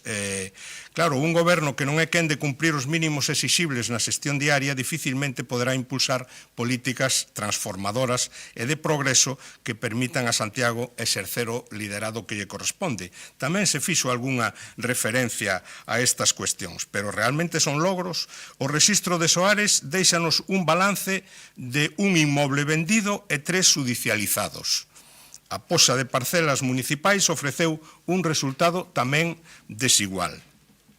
A declaración fallida de zona residencial tensionada converteuse nun espectáculo lamentable de cruzamento de cartas e declaracións entre o Goberno local e a Xunta de Galicia, que xa sabíamos que non iba a facilitar a declaración. Mentras tanto, os veciños asisten perplexos a como esmorece a posibilidade de limitar os prezos do alugueiro. O mesmo ocorreu coa cesión de parcelas da Xunta, que non se desbloqueou e parcialmente ata esta mesma semana. E sobre o que non houbo ningún titular foi sobre a creación da empresa municipal de vivenda e solo, unha ferramenta imprescindible para a rehabilitación, pero tamén, entendemos nós, para a promoción de vivenda e o desenvolvemento de solo. É certo que o último titular foi cortesía da concelleira de Urbanismo do Partido Popular no ano 2012, abro aspas, a desaparición de Movisa é unha boa medida. Con ela gañaremos todos. Pecho aspas. No que ten que ver coa mobilidade, repítese o mesmo patrón.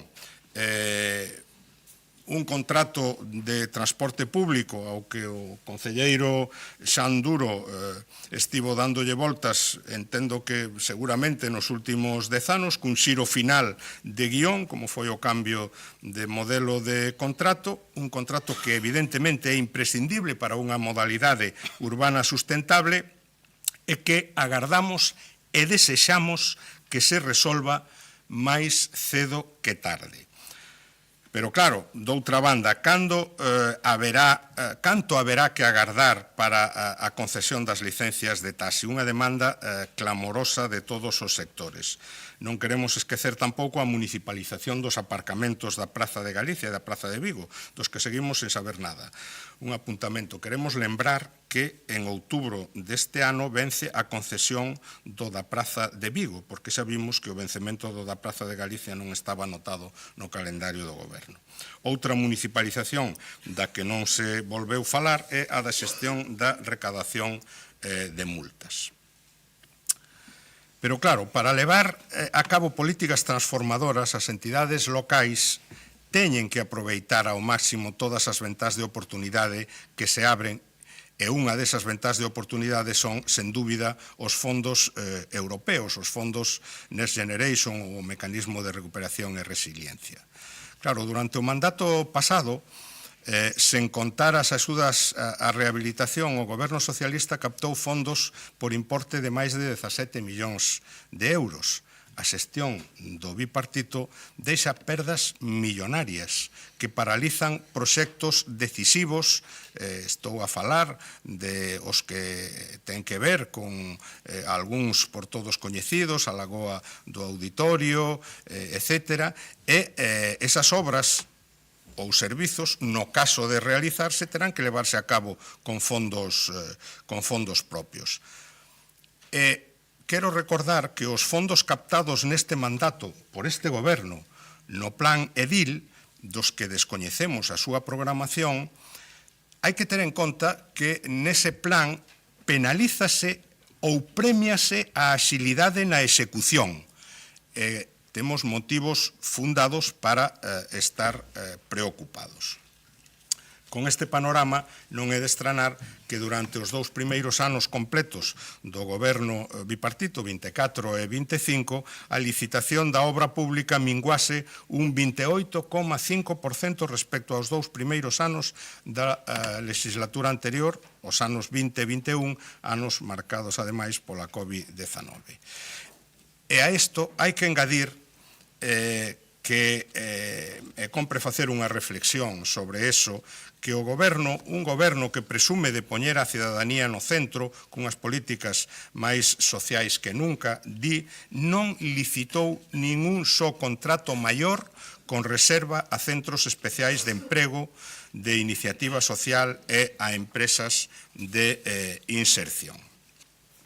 Santiago non pode instalarse na parálise. Necesitamos un proxecto claro de dinamización económica que atraia investimentos e empresas, que fortaleza o comercio local e que diversifique a nosa base produtiva, impulsando tamén un turismo sostible de calidade e xerador de riqueza e de emprego.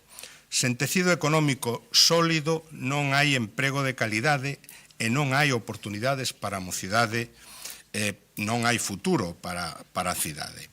E a realidade é que agora mesmo, sen solo industrial, a prezos competitivos non hai posibilidades de dinamización económica posible. O Concello non pode poñerse de perfil nin mirar para outro lado diante desta necesidade evidente. Desenvolver solo empresarial non é unha cuestión ideolóxica, é unha cuestión de responsabilidade, eso sí, de responsabilidade compartida e de compromiso coa cidade. É imprescindible, por outra parte, constituir dunha vez a entidade de xestión e conservación da Xionlla. O que hoxe temos é un parque empresarial nun estado impropio da capital de Galicia, consecuencia directa da pasividade e da lentitude do goberno municipal, e das empresas que non poden agardar mentras o Concello non actúa. Decía hoxe a alcaldesa que en Santiago vivimos entre a ficción e a realidade. E seguramente é certo. O que pasa é que a señora alcaldesa na súa intervención quedouse na ficción. Eso sí, moi fermosamente contada, eso recoñécello, pero ficción, porque non se falou máis que de proxectos herdados e agora inaugurados ou de proxectos ideados que non sabemos cando van ser unha realidade no caso de que cheguen a selo. Grazas, señor Guinarte. Señora Louzao, cando queira. Moitas grazas, señora alcaldesa. Moi bo día a todas as persoas que estades aquí, tamén a todas as persoas que nos están vendo polo streaming. Este debate do Estado do municipio, a ollos da cidadanía, de quen nos está escoitando, debería servir para que cada persoa poida coñecer o modelo que as diferentes organizacións políticas defendemos para mellorar Compostela. Pola miña formación académica, polo meu desempeño profesional como xornalista, acredito moito na importancia e na intencionalidade das palabras. Creo que cada grupo municipal que conforma esta corporación, cada concelleiro, cada concelleira, temos unha responsabilidade importante a respecto do relato que lle ofrecemos á opinión pública. Unha responsabilidade, en definitiva, do que dicimos desta cidade e deste concello, de como o dicimos e de onde o dicimos. Para non caer nun alegato retórico ou meramente teórico, voume explicar con algúns exemplos. Sen ir máis lonxe neste mesmo contexto, en sesión plenaria, concelleiros, concelleiras da oposición, hoxe mesmo tamén, acusáronme de avanzar na tramitación da ordenanza fiscal que regula a recarga do imposto ás estadías turísticas sen dialogar co sector. A suposta falta de diálogo desta concelleira foi cacarexada aquí, nos medios de comunicación e nas redes sociais dos distintos grupos e de varios concelleiros e concelleiras da oposición. Mais hai fotos miñas do concelleiro de Facenda e de persoal técnico de turismo e de tesourería en varias xuntanzas con representantes do sector. Tamén hai moitas xuntanzas sen foto. Hai convocatorias de reunións co sector e coa veciñanza que lles foron enviadas aos grupos.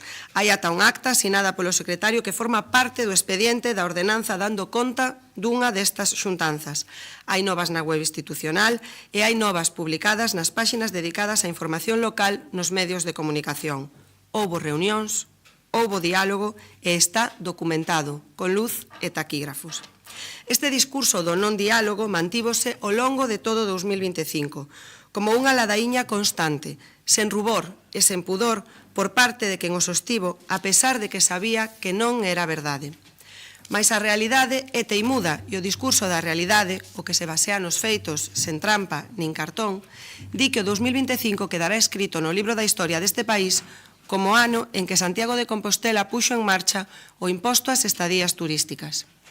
É un gran logro para o conxunto de Compostela, tanto para a veciñanza e para a poboación residente como para o propio sector turístico. E con este exemplo, o que quero ilustrar é que mentres unha gran parte desta corporación tratou de ensuciar o proceso atacando este goberno, personalizando o ataque na concelleira de turismo, outra parte da corporación dedicámonos a traballar incansablemente, con responsabilidade e coa altura de miras suficiente das que cremos e practicamos a política con maiúsculas, a política que ten por obxectivo mellorar a calidade de vida das persoas. Gustaríame poder dicir que estamos ante un exemplo illado, mas desafortunadamente comprobamos que estamos ante un patrón. A oposición fala, pero os feitos tamén falan por si sós. E aquí hai dous relatos. O relato dos feitos reais, comprobables, que é o relato dos proxectos que realizamos e dos proxectos que temos en proceso, e en fronte o relato de todo vai mal e a peor, o relato de nunca Compostela foi tan decadente e o relato mentireiro fake que retrata un concello e unha cidade prácticamente apocalíptica. Sigo con turismo, non só porque son a concelleira do ramo e é unha área que me toca especialmente de cerca, senón porque o PP, neste ano que pasou desde o anterior debate sobre o estado do municipio, puxo un interese moi especial en facer callar o seu contradiscurso do desastre neste ámbito. Por exemplo, na altura do mes de xuño, o señor Berea instou a alcaldesa a tomar a iniciativa para buscar alternativas á situación que atravesa o aeroporto Rosalía de Castro. Se non lembro mal, tampouco tivo reparo en volver mencionalo en sesión plenaria dicindo que este goberno lle achaca os problemas da cidade a outras administracións que non teñen competencias neste asunto. A mobilidade e as conexións aéreas do país agora, seica, son competencias municipais. Os datos... Grazas. Os datos de pasaxeiros e pasaxeiras nestes meses son máis baixos que os mesmos do ano pasado. É unha realidade, é algo que xa dixéramos que ia pasar por diversas circunstancias xa comentadas e totalmente alleas á xestión deste goberno. Pero por que perder a oportunidade de dicir que é culpa do BNG, verdade, señor Berea? E ante iso, ante o relato da mentira descarada, que fixemos nós? Traballar defendendo o noso aeroporto e a conectividade aérea do noso país ante a incomparecencia da Administración que tiña que facelo, a Xunta de Galicia. Polo que a realidade teimuda, a dos feitos comprobables, é que este goberno fixo un traballo inxente para traer novas rutas para xusto despois das obras e que o Rosalía de Castro ofrecerá este verán voos a 12 destinos internacionais en 3 continentes. Rutas que mellorarán a mobilidade e a conectividade dos galegos e galegas e as oportunidades de ocio, negocio e intercambio de coñecemento, porque non falamos só de turismo e non falamos só de Compostela. De novo, o discurso da realidade e das políticas ao servizo da cidadanía fronte á ladaíña do desastre e do todo mal. Oxalá a Xunta puidese dicir o mesmo e traballase polo ben común liderando esa tan necesaria e tan demandada política aeroportuaria de país. E non hai moito, mes pasado, tan son uns días antes de Fitur, nunha xuntanza que mesturou de xeito moi ruín intereses partidistas coa imaxe dun cargo institucional, o PP local e o director da Axencia de Turismo de Galicia, que dito sexa de paso, en 2 anos e medio non atopou oco para reunirse con esta concelleira que lles fala, mantiveron unha xuntanza co sector turístico compostelán, onde o señor Berea reclamou medidas urxentes pro sector ante os malos datos do exercicio 2025. A verdade é que unha lea noticia que enviou o Partido Popular e queda coa sensación de que os datos turísticos foron absolutamente dramáticos. Piden medidas urxentes ante unha situación catastrófica. O problema é que, por moito que unha indague na nota, non se menciona ningún só dato, nada de cifras. Direllas eu, de novo, que xa llas dixen nun pleno anterior. Os establecementos hoteleiros de Compostela sumaron 1.529.400 estadías no exercicio 2025, unha cifra moi relevante e o terceiro mellor dato da serie histórica. É certo que hai unha lixeira baixa nas estadías, concretamente do 3,78%, non ese 10% que vostede di continuamente, e seguramente relacionada coa situación que acabo de comentar do aeroporto. Pero superar o 1,5 millón de estadías segue sendo un dato moi positivo para o sector de aloxamento turístico que opera no noso concello. E para nós, xa o dixemos moitas veces, o importante non é só canto, sumar e sumar, senón que o importante é como nos visitan, como chegan, como conviven co día a día da veciñanza, porque o importante non é só atraer xente, senón coidar a quen xa está. En este sentido, tamén hai vos datos, porque avanzamos na desestacionalización, superando as 100.000 estadías mensuais desde abril ata outubro. E tamén se contabilizaron ata 4 meses en que se superaron os 100 euros de tarifa media nos hotéis de Compostela, cifra a que se chega por primeira vez na historia. Os datos non evidencian desastre ningún. E non o dicimos nós. En palabras do propio sector, nunha desas xuntanzas que din vostedes que non teño, 2025 foi un ano moi bo en termos xerais. As palabras importan, e moito. No BNG témolo claro. O noso traballo céntrase na firme convicción de que outro modelo turístico é posible, alén de necesario. E o cambio de modelo turístico debe implicar un cambio consciente na forma de comunicar e de promocionar Santiago de Compostela como destino. En esa liña van as nosas campañas de promoción. Como exemplo, a máis recente, Compostela é moito máis, que se basea na segmentación de públicos e no convencemento de que o turismo de negocios, de congresos, aínda ten moita marxe de crecemento en Santiago. Con esta campaña dirixímonos a un perfil de turismo que viaxa fora de períodos vacacionais, que se despraza entre semana, polo que non xera eses picos de masificación en fins de semana, que utiliza infraestructuras xa existentes. Así vai este goberno polo mundo, promocionando Compostela atendendo a criterios de responsabilidade e de sustentabilidade. Non como a outros concelleiros desta corporación que quedarán retratados para a posteridade pola súa actuación bochornosa falando mal de Compostela nunha feira de turismo internacional. Que se di? como se di e onde se di importa, e moito. Podería facer este exercicio de contraposición do relato dos feitos contra o relato mentireiro, fake e catastrofista do Partido Popular para todas e cada unha das áreas municipais, pero necesitaría polo menos 15 minutos para cada unha delas, así que tiven que escoller só algunha. Co BNG en Santiago temos as peores festas de todo Galicia. Palabras que importan dun concelleiro desta corporación nun vídeo difundido polo seu partido co que pretende ridiculizar a aposta deste goberno polo talento creativo e artístico do noso país. Tanto queren vostedes pasar por internacionais que teñen que menosprezar a cultura propia e o potencial creativo de xeracións de artistas desta cidade e deste país. Mais a realidade é teimuda, insisto. Aí están as festas compostelás, con programas que inclúen a participación de grupos musicais compostelás e galegos, ao tempo que incorporan tamén artistas de proxección internacional. Ver a resposta do público que enche os concertos e as romarías e a afluencia de xente nas prazas e nas rúas non casa con esa pretendida imaxe de as peores festas de toda Galiza. Este goberno apoia, con orgullo e con determinación, o talento propio en toda a súa programación festiva para situar Santiago como un referente destacado no panorama galego, atraendo o público de todas as idades e proxectando unha imaxe dinámica e contemporánea. O talento propio, a cultura de noso, o idioma, a identidade cultural son irrenunciables para o BNG. Vou tomando as palabras do grande Luís Seoane para explicalo mellor. Cremos que o que uniformiza diminúe o ser humano, que as diferenzas culturais enriquecen a humanidade. Nós queremos axudar a enriquecer o mundo coa nosa diferenza. Por iso, as que eliximos enriquecer o mundo coa nosa diferenza, coa diferenza que implica ser compostelá, creamos neste 2025 esa tropa C da que falaba a alcaldesa, un novo universo para gozar da cultura en familia. Que a tropa C estea conformada por 5 personaxes específicos non é casualidade, porque son personaxes inspirados en elementos tan composteláns como a choiva, o carballo de Conxo, a estrela de Santiago, o polvo, que en realidade é unha polva, e a raíña Lupa, un dos escasos mitos femininos relacionados coa tradición xacobea. A hora de crear relato... Grazas, podo seguir, verdade? Grazas. A hora de crear relato, os referentes tamén din moito de nós, de quen somos e de onde vimos. E cremos importante aprendelo desde ben cativas para despois manter ese orgullo durante toda a vida e non medrar pensando que o que chega de fora sempre é mellor que o propio, facerse concelleiro e acabar soltando polas redes sociais que a cultura galega non dá o nivel para ter unhas festas dignas, porque a verdade é que lle é ben triste. E podería seguir, porque o relato do todo mal e todo moito peor é moi ecléctico. Cabe todo. Despois de 8 borrascas seguidas desde finais de decembro cunhas condicións meteorolóxicas moi duras que están producindo uns desperfectos terribles na rede viaria de todo o país, en Compostela Seica chove como sempre. Segundo os promotores do relato do todo mal, as fochancas en Compostela non están para nada relacionadas coas choivas e a saraiva deste último mes e medio, como si pasa no resto de concellos do país.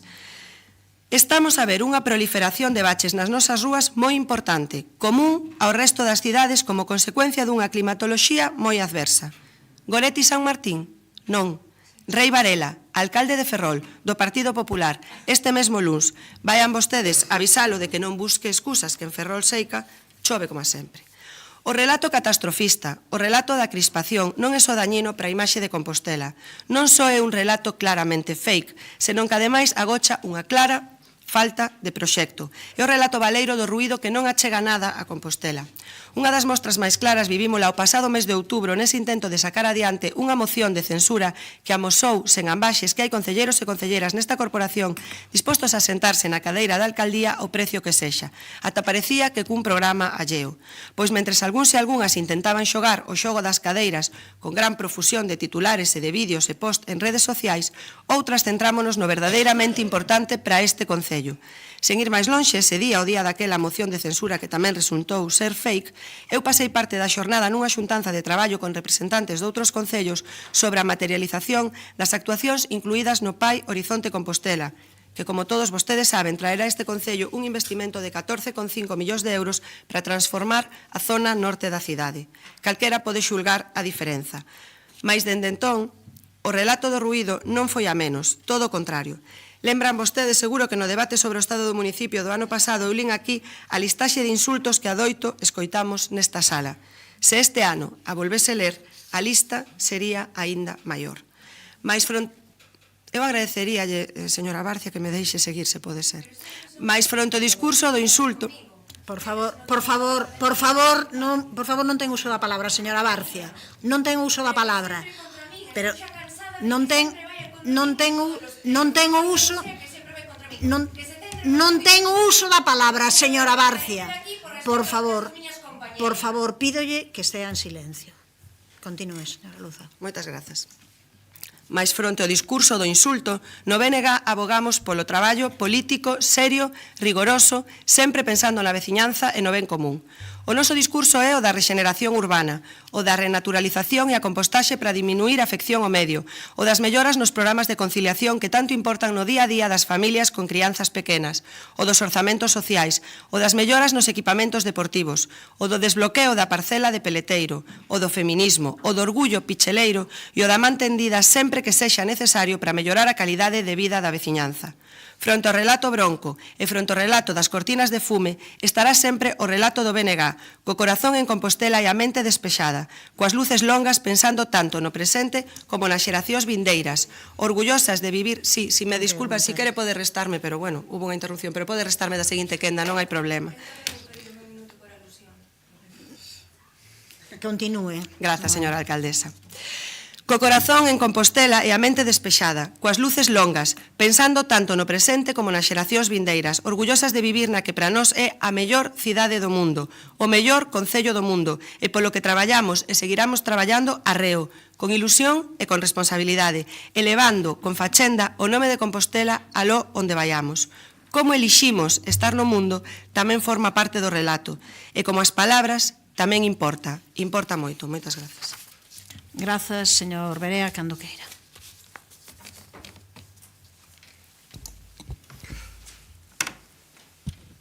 Está hoxe mellor Santiago que en 2023?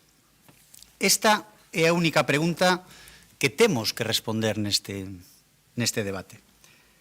E a nosa resposta é a resposta do principal partido da oposición. E, sobre todo, a resposta da única alternativa de goberno.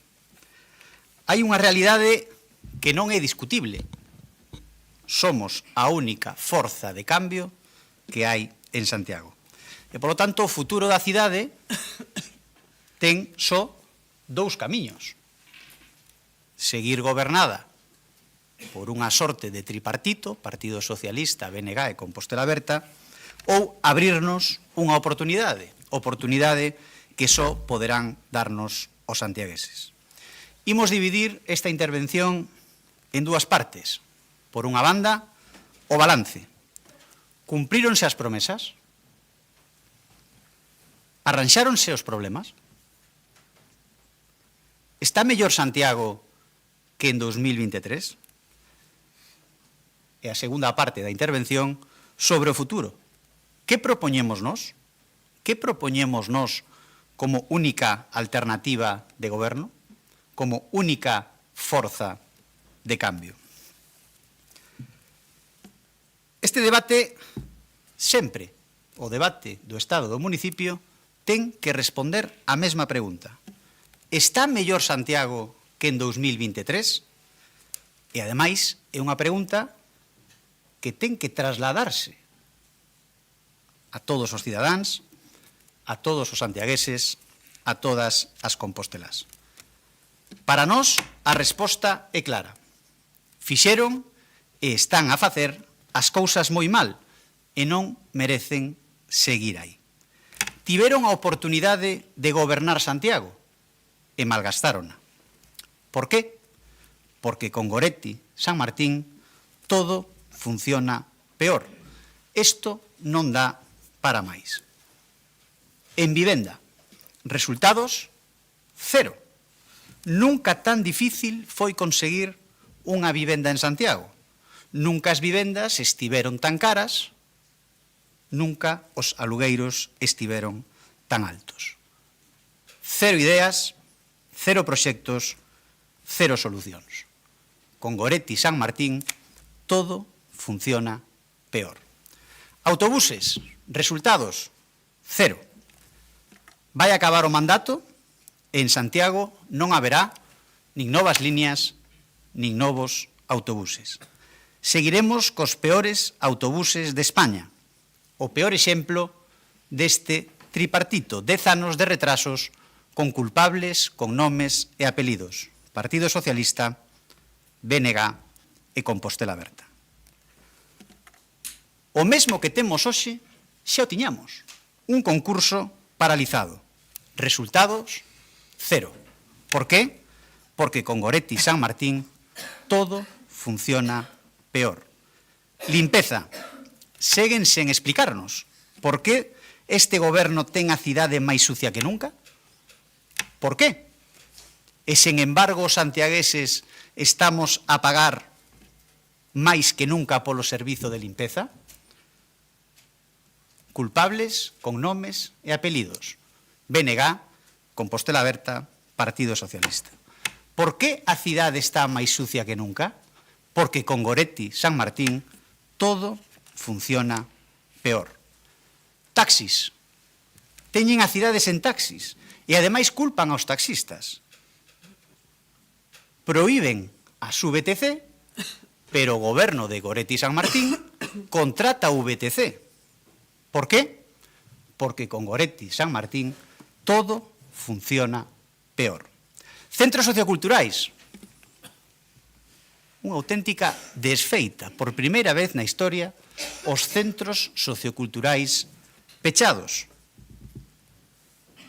O goberno de BNG e Compostela Aberta acaba de pechar os centros socioculturais deixando tiradas a miles de familias. De verdade, non se dan conta. Todos os centros socioculturais pechados, pola vosa culpa. Eu estou convencido que saben que o están a facer rematadamente mal, que son conscientes da desfeita, que chegan a casa e pensan, mi madriña, que mal o estamos facendo. Estou convencido. Aunque rapidamente pensarán, bueno, mentres o Partido Popular non consiga a épica de sacar maioría absoluta, imos a seguir. Moito coidado con poñer todos os ovos nesa cesta. Por primeira vez, todos os centros socioculturais pechados. As familias na rúa, os traballadores sen cobrar nóminas e no paro. Por qué? Porque con Goretti e San Martín todo funciona peor. É a alcaldesa máis morosa de Galicia. Por qué? Porque con Goretti, San Martín, todo funciona peor. Fochancas. Saen vostedes de Raxoi? Ven como teñen toda a cidade? Son conscientes? Nunca houbo tantos buratos, nin tan grandes, nin en tantos sitios ao mesmo tempo. Isto é imposible que o neguen. Por que hai hoxe máis buratos que nunca, máis grandes, en máis sitios ao mesmo tempo? Porque con Goretti San Martín todo funciona peor. Somos a única alternativa, a única forza de cambio. E, por tanto, temos tamén unha obriga institucional, mostrar aos cidadáns como serían as trazas do noso goberno. Por suposto, hai dous compromisos que repetimos e renovamos as últimas semanas. Abrir o Parque de Belvís derrubando a Casa da Xuventude e retirar os radares do túnel de Conxo. Dúas medidas claras, concretas e de execución inmediata. Os dous primeiros decretos indicando dúas ordes claras: que se inicie o expediente do derribo da Casa da Xuventude e a retirada inmediata dos radares de Conxo. Sen matices, sen condicións, dous compromisos claros. E desplegaremos, no seu caso, todo o noso proxecto de cidade. En materia de vivenda, necesitamos vivenda de xeito inmediato e apostamos por mobilizar vivenda baleira. Creación dun banco público de vivendas en aluguer, un programa voluntario que podería mobilizar centos de vivendas a prezo asequible. Permitir as vivendas nos baixos comerciais en Conxo e en Santa Marta. Bonificar o IBI ás persoas propietarias que destinen os seus pisos ao alugueiro con prezo asequible e con contratos de longa duración. Modificar o pexón para facilitar a construción de vivenda. Deporte. Recuperar o proxecto de construción da piscina olímpica de Santa Marta. Por certo, proxecto aprobado por unanimidade e que foi mudado, reducido. Apostamos por esa piscina olímpica en Santa Marta completada con proxecto de pabillón multideporte e sala de usos múltiples. Creación da cidade do fútbol en San Lázaro con 2 novos campos de fútbol. Para os rapaces, un programa de conciliación global na que madrugadores, comedores e extraescolares irán da mao para que o tempo que as nenas e os nenos pasan fora da casa sexa de calidade e non de cantidade. Rede de cociñas públicas para os comedores das escolas, para que se entenda ben, cada escola coa súa cociña. Eliminaremos o sistema actual que defende o BNG, de gran cociña central e industrial con catering frío. Producto de cercanía, sí, pero sobre todo cociña de cercanía. Parques cubertos. Os nenos e as nenas de Santiago levan 3 meses sen poder ir a un parque. É un fracaso absoluto de Partido Socialista, BNG e Compostela Aberta que en 10 anos non se construíra un só parque cuberto. Para o rural, creación dunha oficina móvil para trámites administrativos. Actualizar e cumprir o pacto polo rural co compromiso de investimentos mínimos garantizados en cada parroquia. Todos os anos haberá investimentos en todas as parroquias. Creación dun servicio de transporte a demanda no rural e modificación das ordenanzas para facilitar a construción de vivenda ás familias do rural. En mobilidade, aparcamento subterráneo no Campus Sur con capacidade para 500 prazas, con tarifas públicas e reducidas, para facilitar a peatonalización do ensanche. Soterrar o aparcamento municipal de Belvís, quintuplicando o número de prazas con saída accesible á Praza de Abastos. E contratar un estudo e novas catas para un aparcamento debaixo da Praza de Abastos.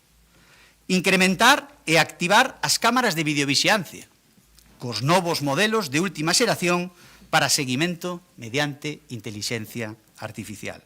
Incrementar a plantilla de policía local en 100 novos efectivos.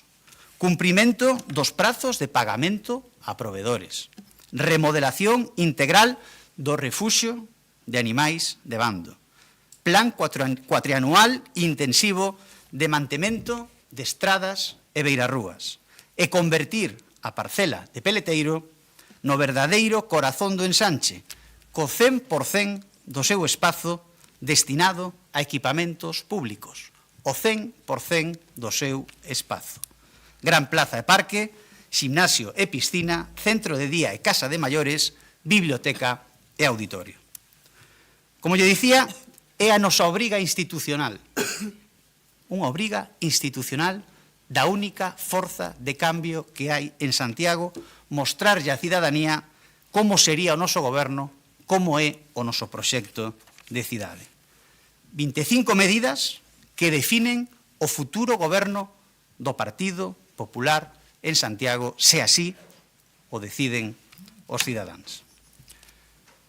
Espero, estou convencido, que este debate serviu, ten que servir para facer balance, para concluirmos que a cidade non está mellor que en 2023, que este goberno non funcionou, que Goretti San Martín non foi quen de solucionar ningún problema nin de cumplir as súas propias promesas, que a cidade está peor que en 2023.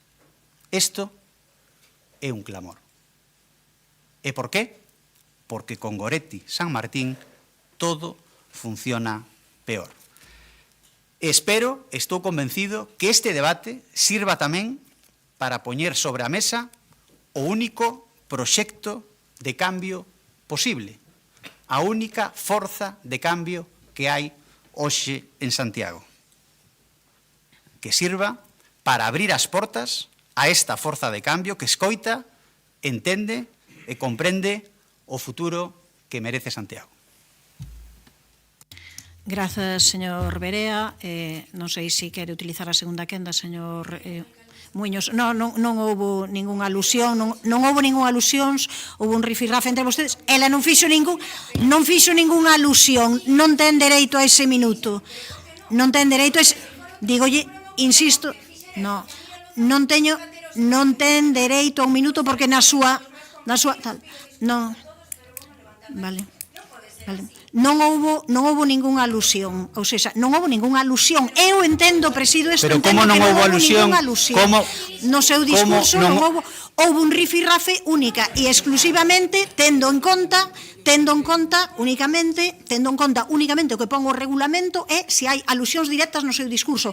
Non houbo alusións directas, senón simplemente que deixara falar con tranquilidade. Única e exclusivamente, non ten dereito ao minuto. Seguimos co debate. Non ten dereito ao minuto. Espera. Bueno. Eu que lle pediría a presidenta deste órgano colexiado que ten que velar porque todos os oradores teñan o seu tempo, a súa protección a hora de falar, pero tamén polo respeto do resto de concelleiros. É habitual as expresións directas, como fixo a súa compañeira, con nome e apelidos dunha compañeira miña. Se fose ao revés, o que estaría dicindo a mesa deste órgano. Vale, insisto en que no seu discurso non houbo ningunha alusión directa a ningunha concelleira. Por tanto, seguimos a quenda. Señor Muiño, vai a señora Rosón cando queira. Bueno, moi bo día a todos e a todas, alcaldesa.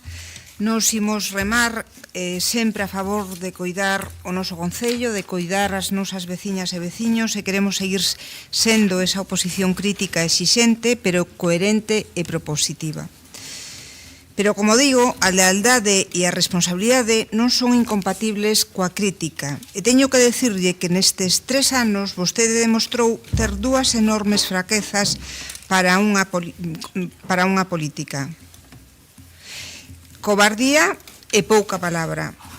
Eu pensaba que vostede era unha política valente. Seguramente moitas das persoas que deixaron de votarnos a nós para facelo a vostede, pois tamén o pensaban, pero estábamos equivocadas.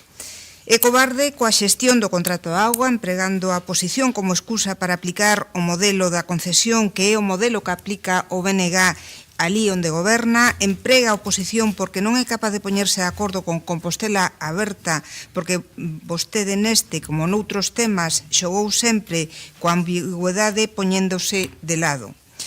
O mesmo ocorreu cas vivendas turísticas. Vostede dixolle aos propietarios das BUTs e que lle ofrecía unha amnistía, astívose na votación da modificación do Plan Xeral de Ordenación Municipal e agora, pois mírese, intentando abanderar unha regulación que, por cobardía, non apoiou cando eu mesma recibía ataques persoais por impulsala.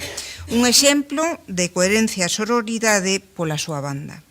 E vostede tampouco ten palabra. Goretti San Martín defendía que os acordos plenarios suscritos pola maioría da corporación debían executarse. E agora a alcaldesa fai caso omiso a meirande parte das cousas que se debaten no pleno.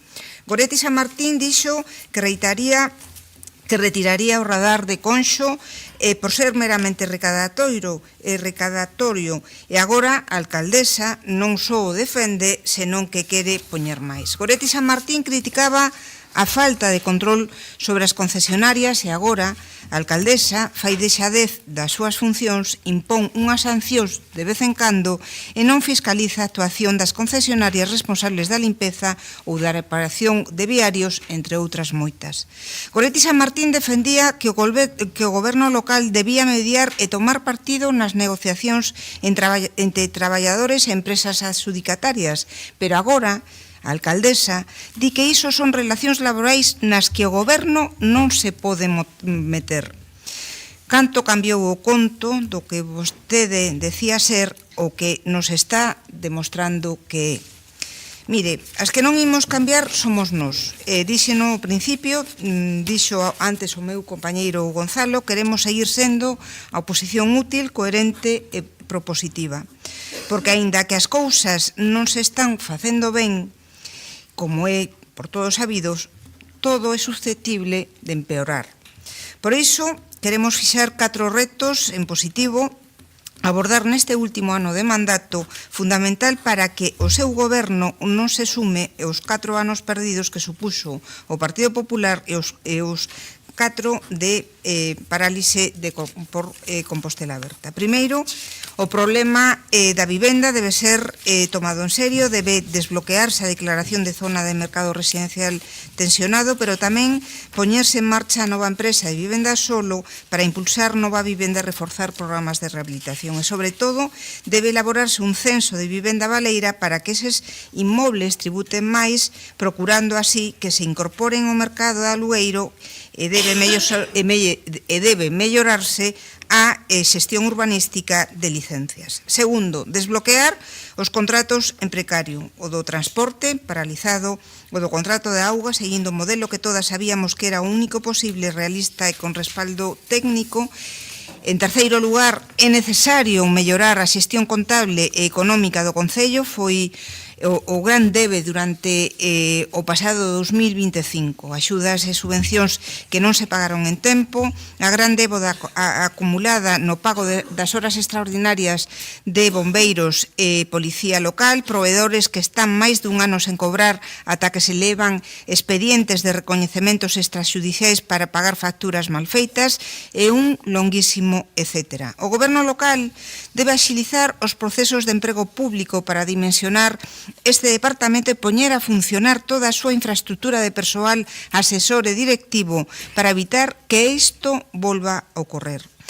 En cuarto lugar, é urxente garantir un correcto mantemento e limpeza do noso Concello, tanto da cidade como dos barrios e do rural. Para iso reclamamos un maior control sobre as concesionarias. Miren, hai algo que é incontestable e é que no pasado mandato houbo moitos asuntos que avanzaron a pesar do bloqueo sistemático da oposición. En este mandato hai moitos asuntos que non avanzan a pesar da responsabilidade da oposición. Se as cousas agora non funcionan e antes sí, se antes bloqueaba a oposición e agora non, igual o problema pois teñeno vostedes, que eran os que torpedeaban antes desde fora e non fan agora desde dentro. Desde logo, a carta da oposición irresponsable non a vai a salvar, señora San Martín, de cando lle toque render contas á veciñanza.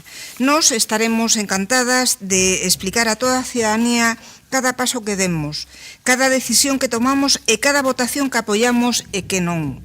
Porque as nosas decisións nunca obedecen a intereses partidistas senón o interese xeral.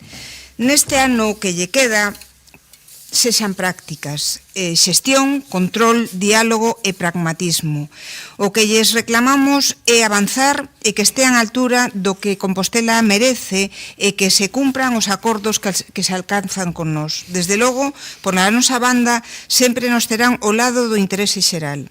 Xa o dixen, diso vai o servicio público e diso vai a política local. E quen se queira descolgar dese espazo do progreso, da lealdade a Compostela, do compromiso con este Concello, terá que explicarlo ás veciñas e veciños de Compostela. O que non vale tampouco é non facer nin deixar facer. Nas últimas semanas, e vímolo hoxe en algunha intervención, estáse dando unha viraxe de certos concelleiros que están a apostar por un ton máis belixerante contra o goberno local.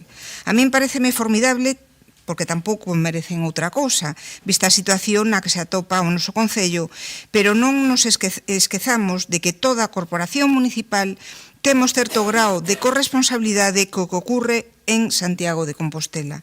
Repito, non vale aplicar iso de non facer nin deixar facer, sobre todo porque bloquear a este goberno local, torpedear a súa acción de goberno, non só perxudica o BNG, perxudica a todo o noso Concello.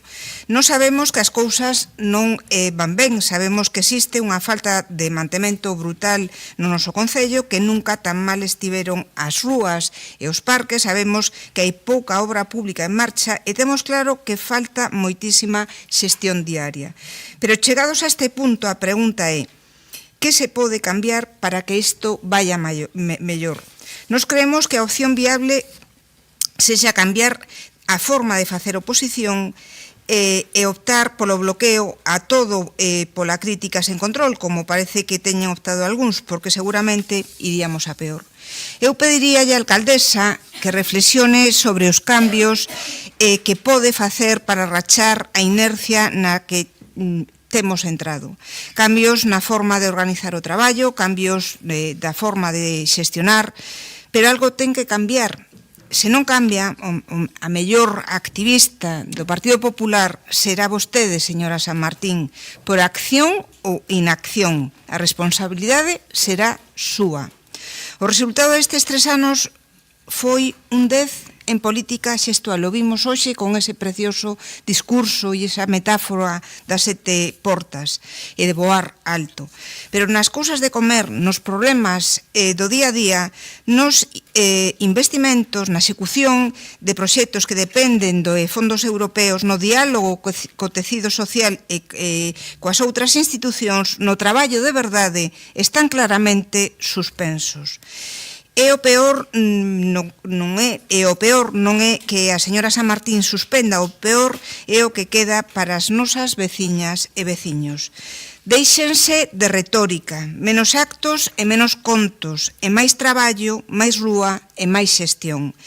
Non porque veñan as eleccións, senón porque cando se está aquí, estáse para servir.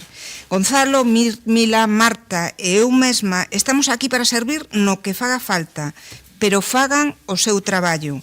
E traballar e servir día a día, non voar alto, senón avanzar cos pés no chan. Nada máis e moitas grazas. Grazas, señora Rosón, señora Rozas, cando queira.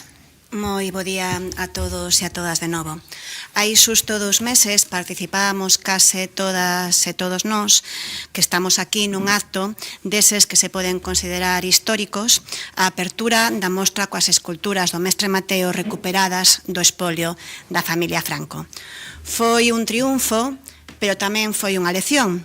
Dicía no acto o exalcalde Martiño Noriega: ás veces, na política, hai que habitar espazos incómodos e hai que iniciar, mesmo dende a xestión, loitas que a maioría dan por perdidas, porque ás veces non están.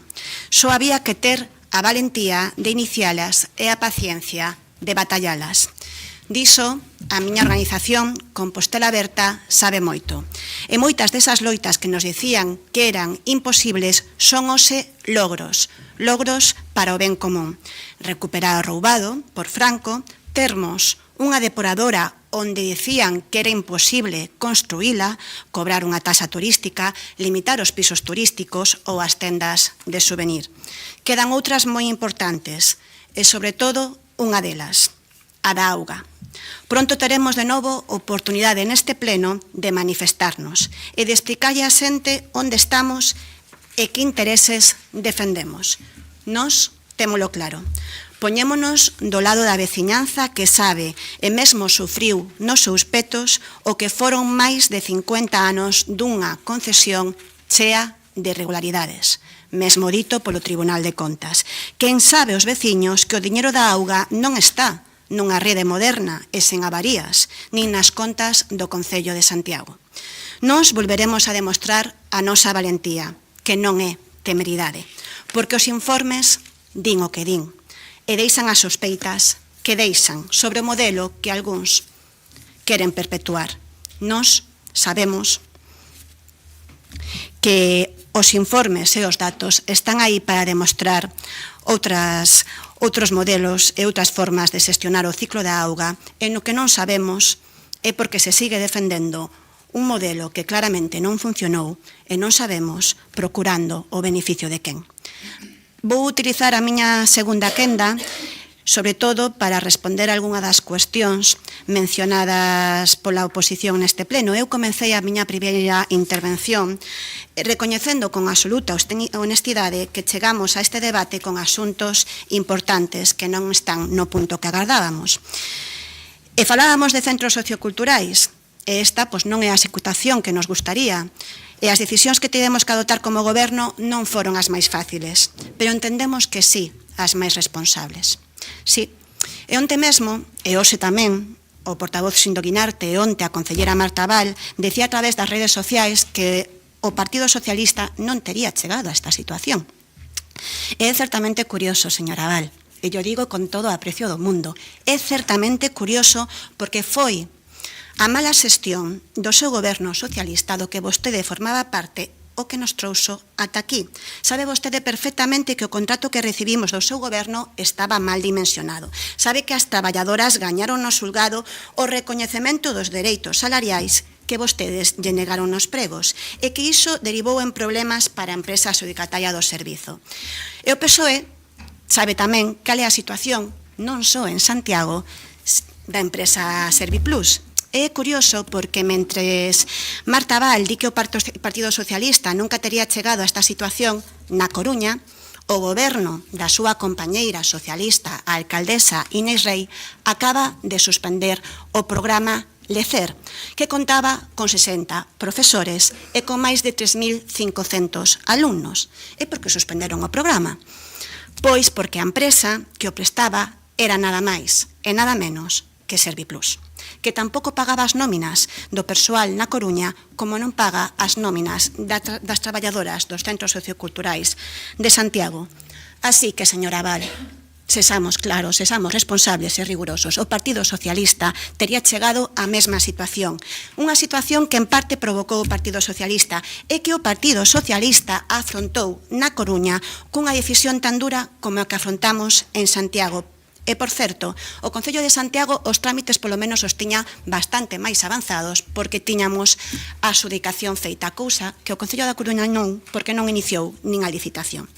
Agardo que as mesmas leccións que vostedes nos veñen a dar aquí o Goberno de Santiago, o que pretenden dárnolas, vayan tamén o Goberno da Coruña, a súa compañeira, a alcaldesa da Coruña, Inés Rei, a trasladarllas.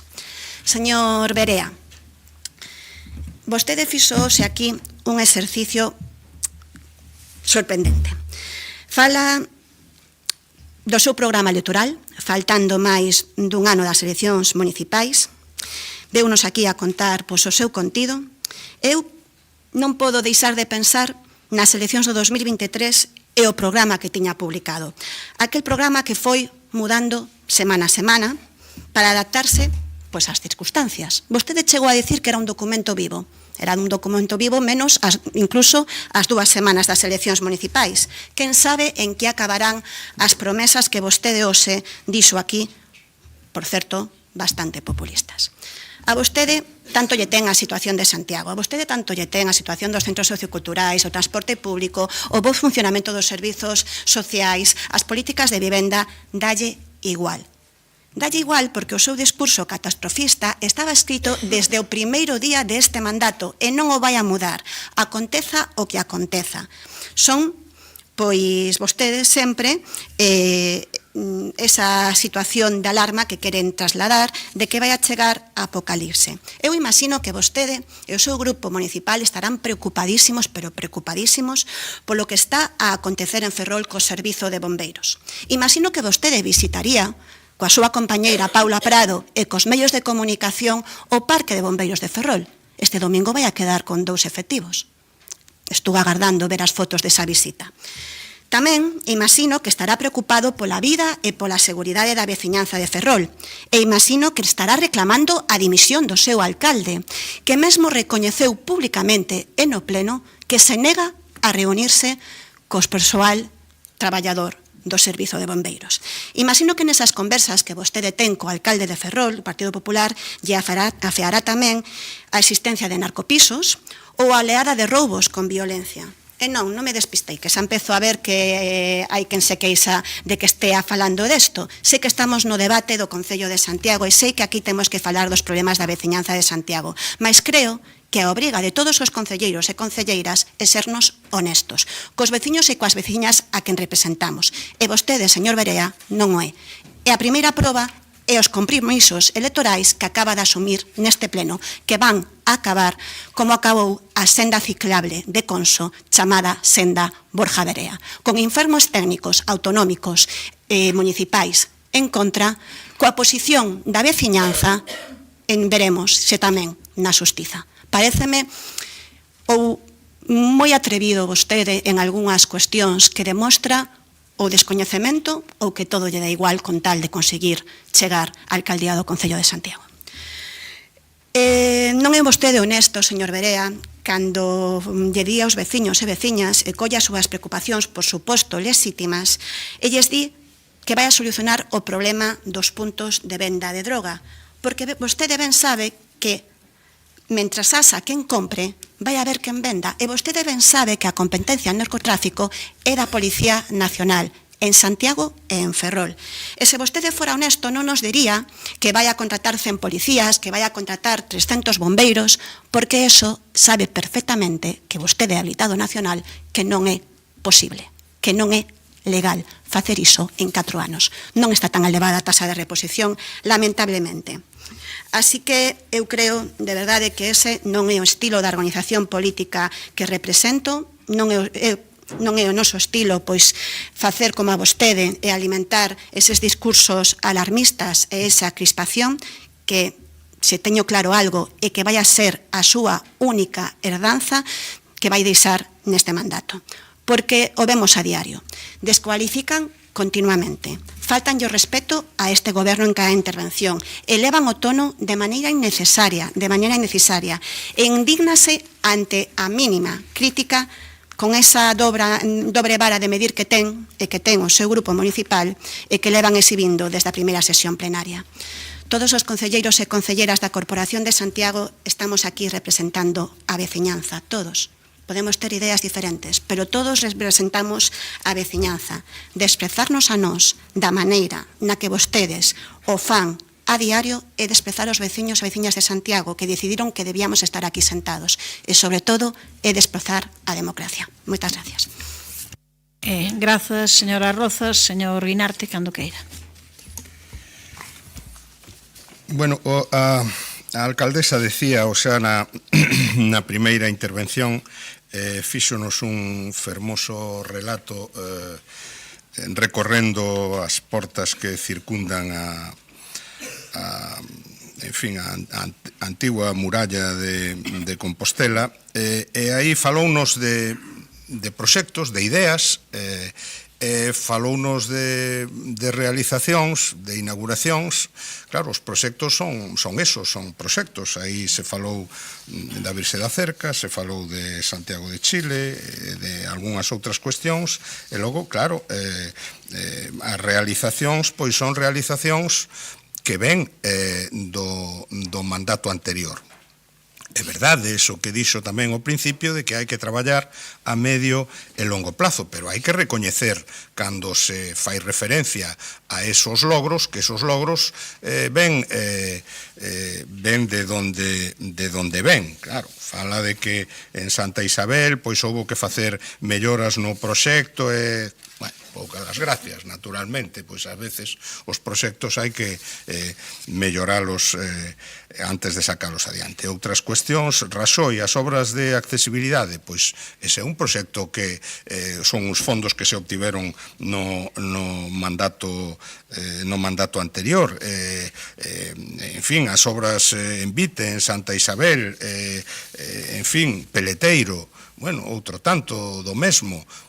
Nos contribuímos e contribuiremos a desatascar esa situación que, desgraciadamente, por intereses partidistas, estivo bloqueada ao longo de moito tempo, non? Por tanto, propostas e realizacións, pero pouca dación de conta de novas realidades.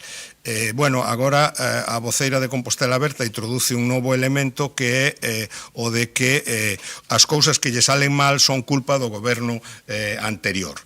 Esta é unha nova versión da herdanza. Claro, vostedes acaban de licitar agora os centros socioculturais, a primeira empresa adxudicataria renuncia, vai entrar a segunda. O Gallá non teñan ningúns problemas cos salarios e coa empresa na súa xestión, porque o goberno socialista no momento en que xestionou os centros socioculturales con esa empresa non estivo, apareceron despois. As realidades hai que poñelas tamén no seu tempo.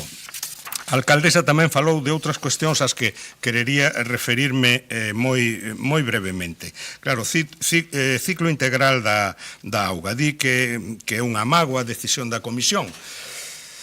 Eu entendo que poida non estar de acordo con ela, pero decir que é unha mágoa, pois igual eu creo que é unha valoración excesivamente peyorativa. Nos propuxemos nesa comisión que se votase por que o pleno viñese a proposta de facer unha licitación dunha concesión. Por qué? Non por unha cuestión ideolóxica.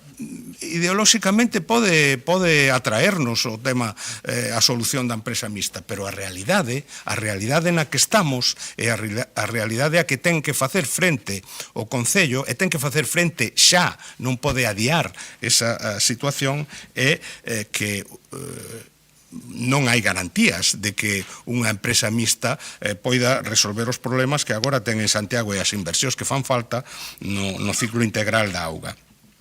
E fixo un chamado á responsabilidade, o que eu me súmome a ese chamado á responsabilidade, é que no pleno se tome unha decisión sobre unha cuestión que efectivamente non pode adiarse, non? Fixo referencia a outras cuestións, pagos de facturas, ordenanzas, reprochando as posicións que a oposición mantivemos nalgúns temas. Nos votaremos aquelo que consideremos que é mellor para os cidadáns en cada momento. Por eso, nos votamos a favor de que se paguen as facturas dos servizos que se prestaron, obviamente, sexan cales sexan as facturas, porque non podemos votar en contra de que se paguen unhas facturas a unha empresa cando éramos goberno, pagamos facturas iguais a esa mesma empresa. E non podemos votar en contra de que se pague o aluguer de autobuses cando nós, sendo goberno, votamos a favor de pagar o aluguer dos autobuses. Por tanto, eu creo que unha coherencia mínima lévanos a iso. Votamos en contra da ordenanza do lixo porque entendemos que non se pode xustificar unha suba dunha tasa cando a situación do lixo e da recollida de lixo e da limpeza na cidade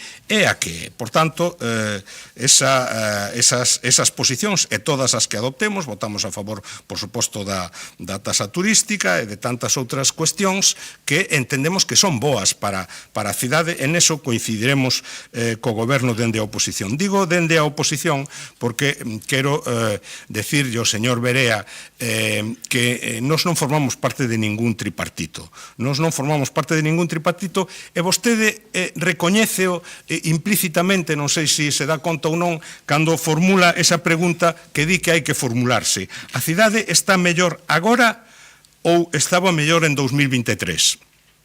É unha boa pregunta. Por que esa pregunta? Porque hasta 2023 había un goberno e desde 2023 hai outro goberno. Hasta 2023 había un goberno socialista e desde 2023 hai un goberno de Compostela Aberta e do BNG. Por tanto, nós non formamos parte dese goberno e non asumimos, obviamente, as súas realizacións, non?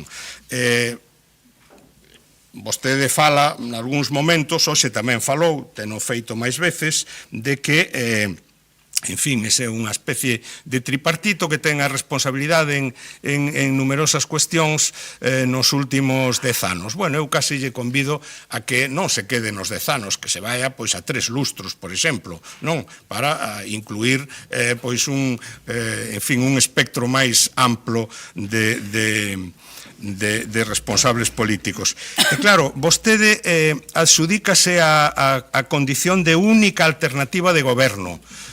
Única alternativa de goberno. Eu tamén lle recomendaría que mirase para atrás, o sea, que mirase un pouquiño para atrás, que mirase quen era a alternativa de goberno cando Compostela Aberta ganou as eleccións e cantos concelleiros tiña no mandato anterior. Despois, que mire quen era a alternativa de goberno cando o Partido Socialista ganou as eleccións e quen era supostamente a alternativa de goberno. E tamén quen era agora a alternativa de goberno e quen ganou as eleccións no ano 2023. E quen está gobernando. Sí, claro, sí.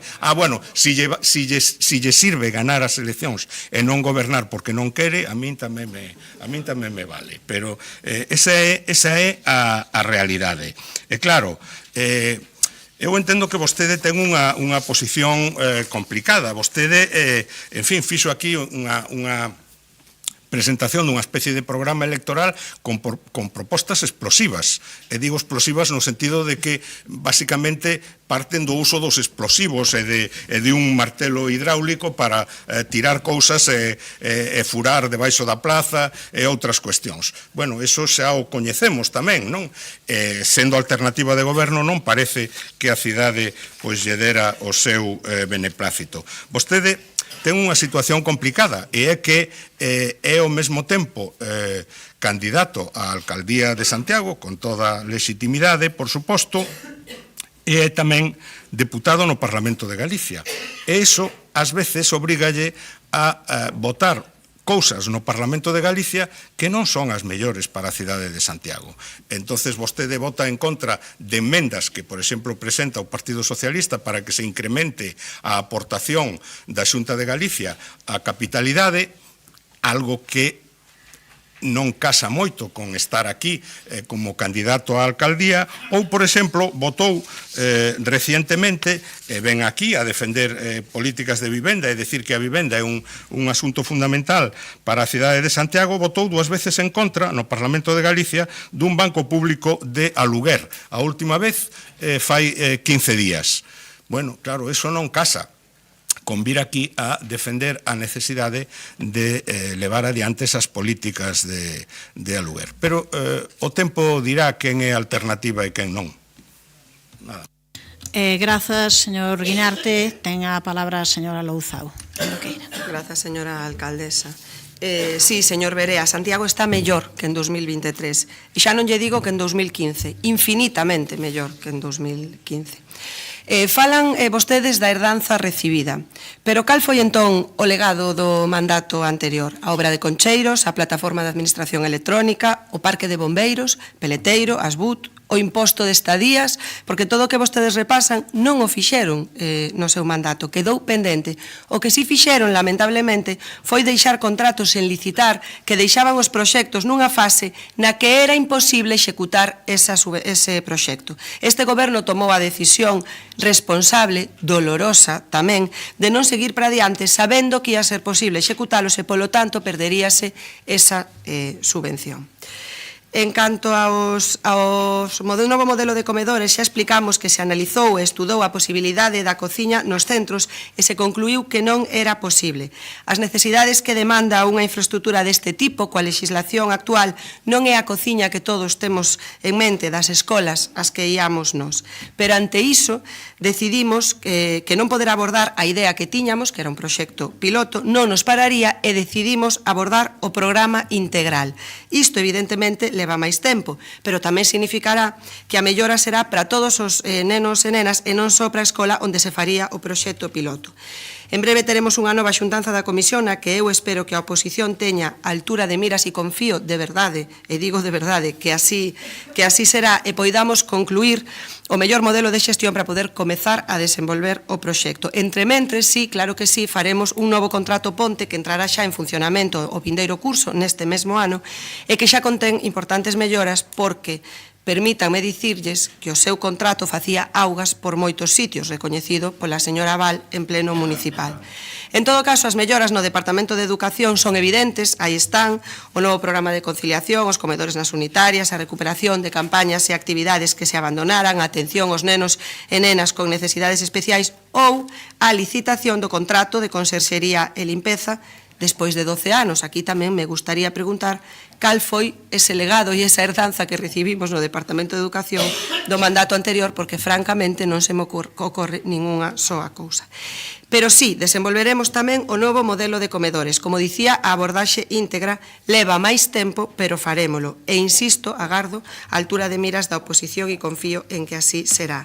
É evidente que quereríamos ter ido máis rápido, xa o dixen máis veces neste pleno e volvo a decirlo, non caemos na autocomplacencia, pero tamén me parece absolutamente impresentable que o señor Berea fale aquí de que se eles chegan ao goberno poñerán unha cociña en cada centro.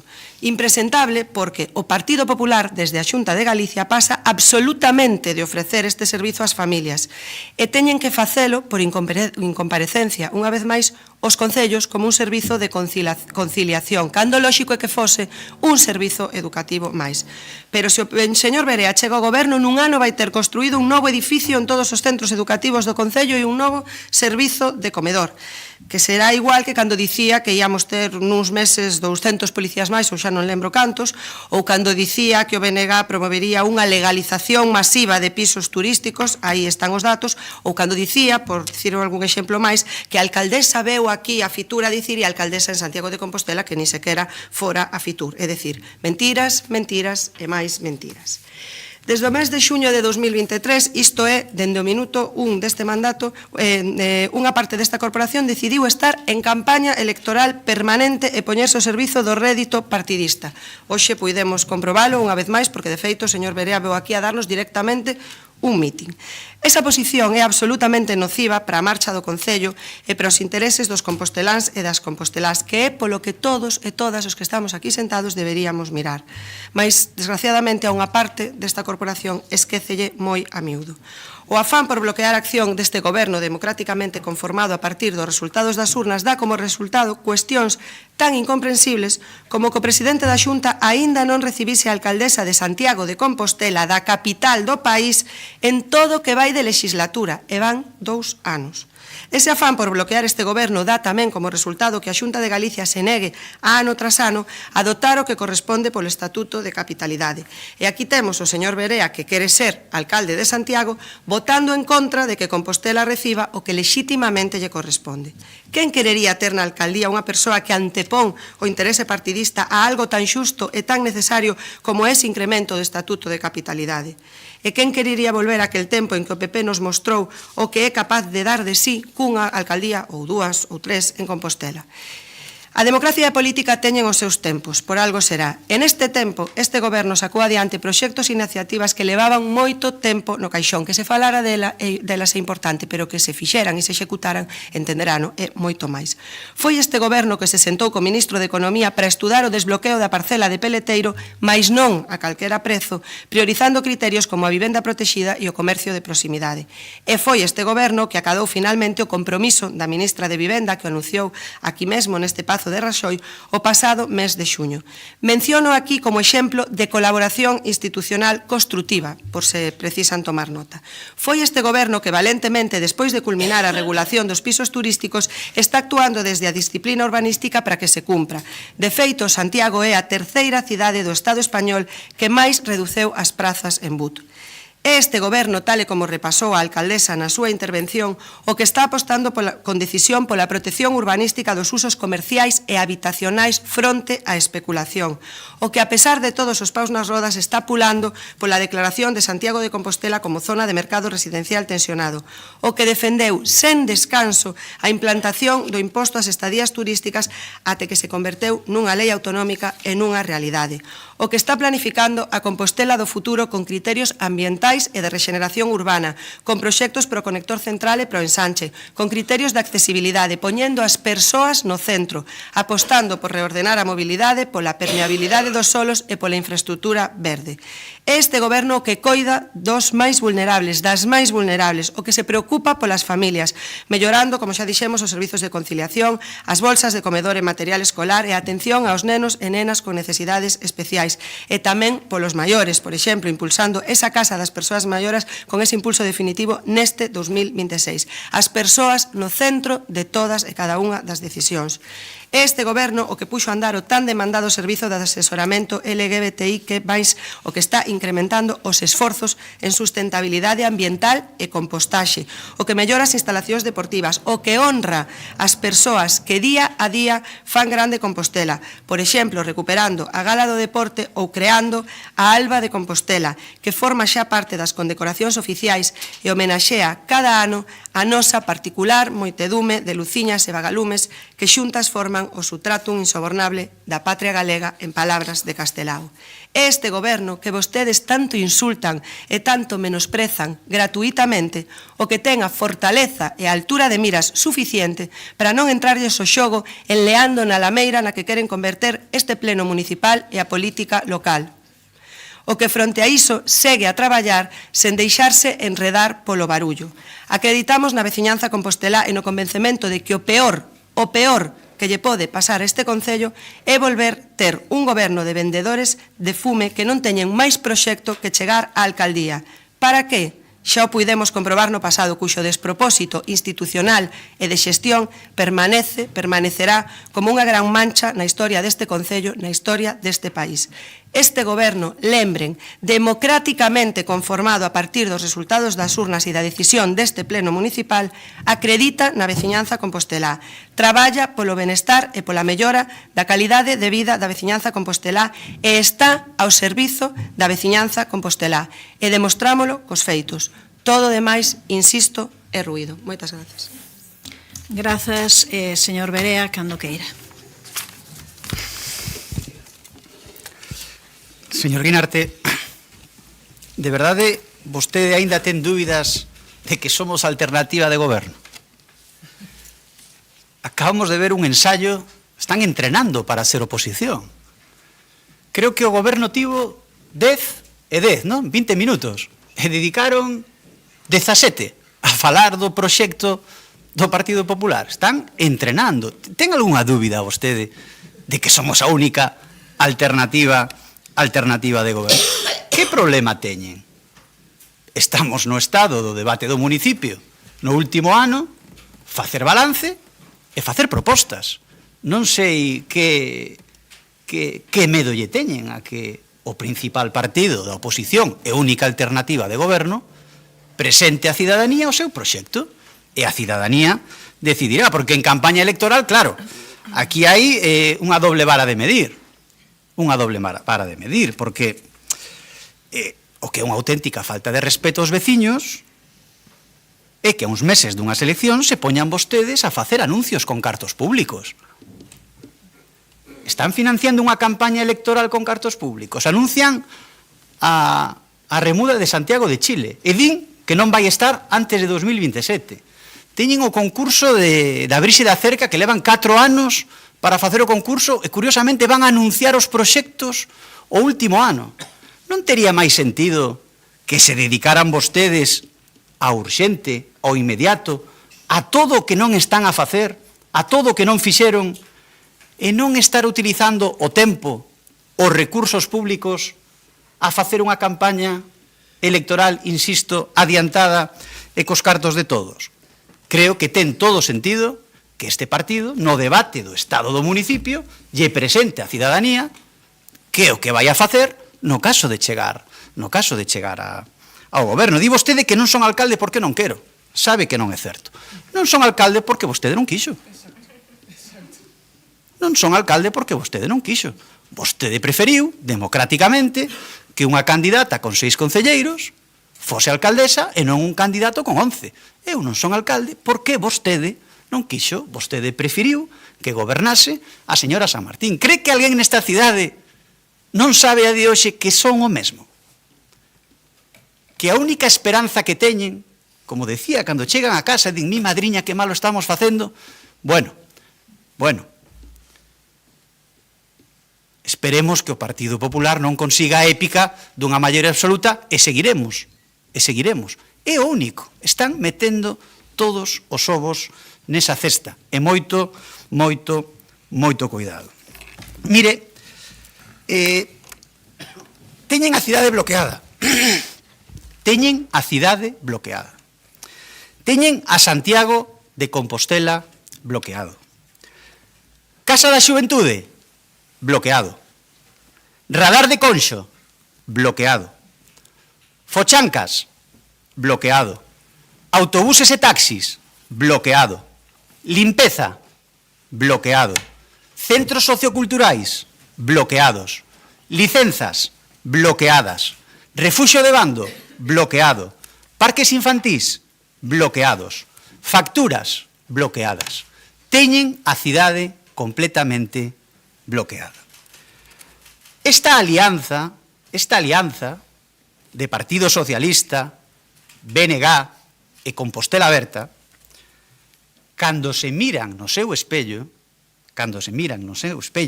ante a pregunta insobornable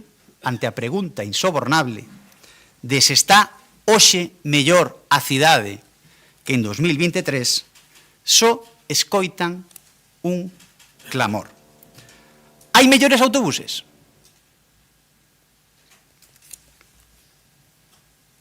Está a cidade máis limpa?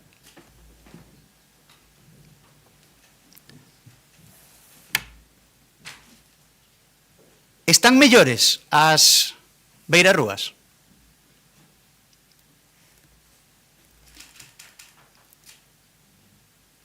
Hai menos fochancas?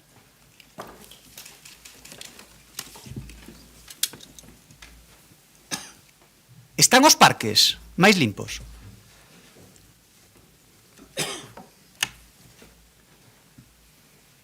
É máis sinxelo hoxe conseguir vivenda?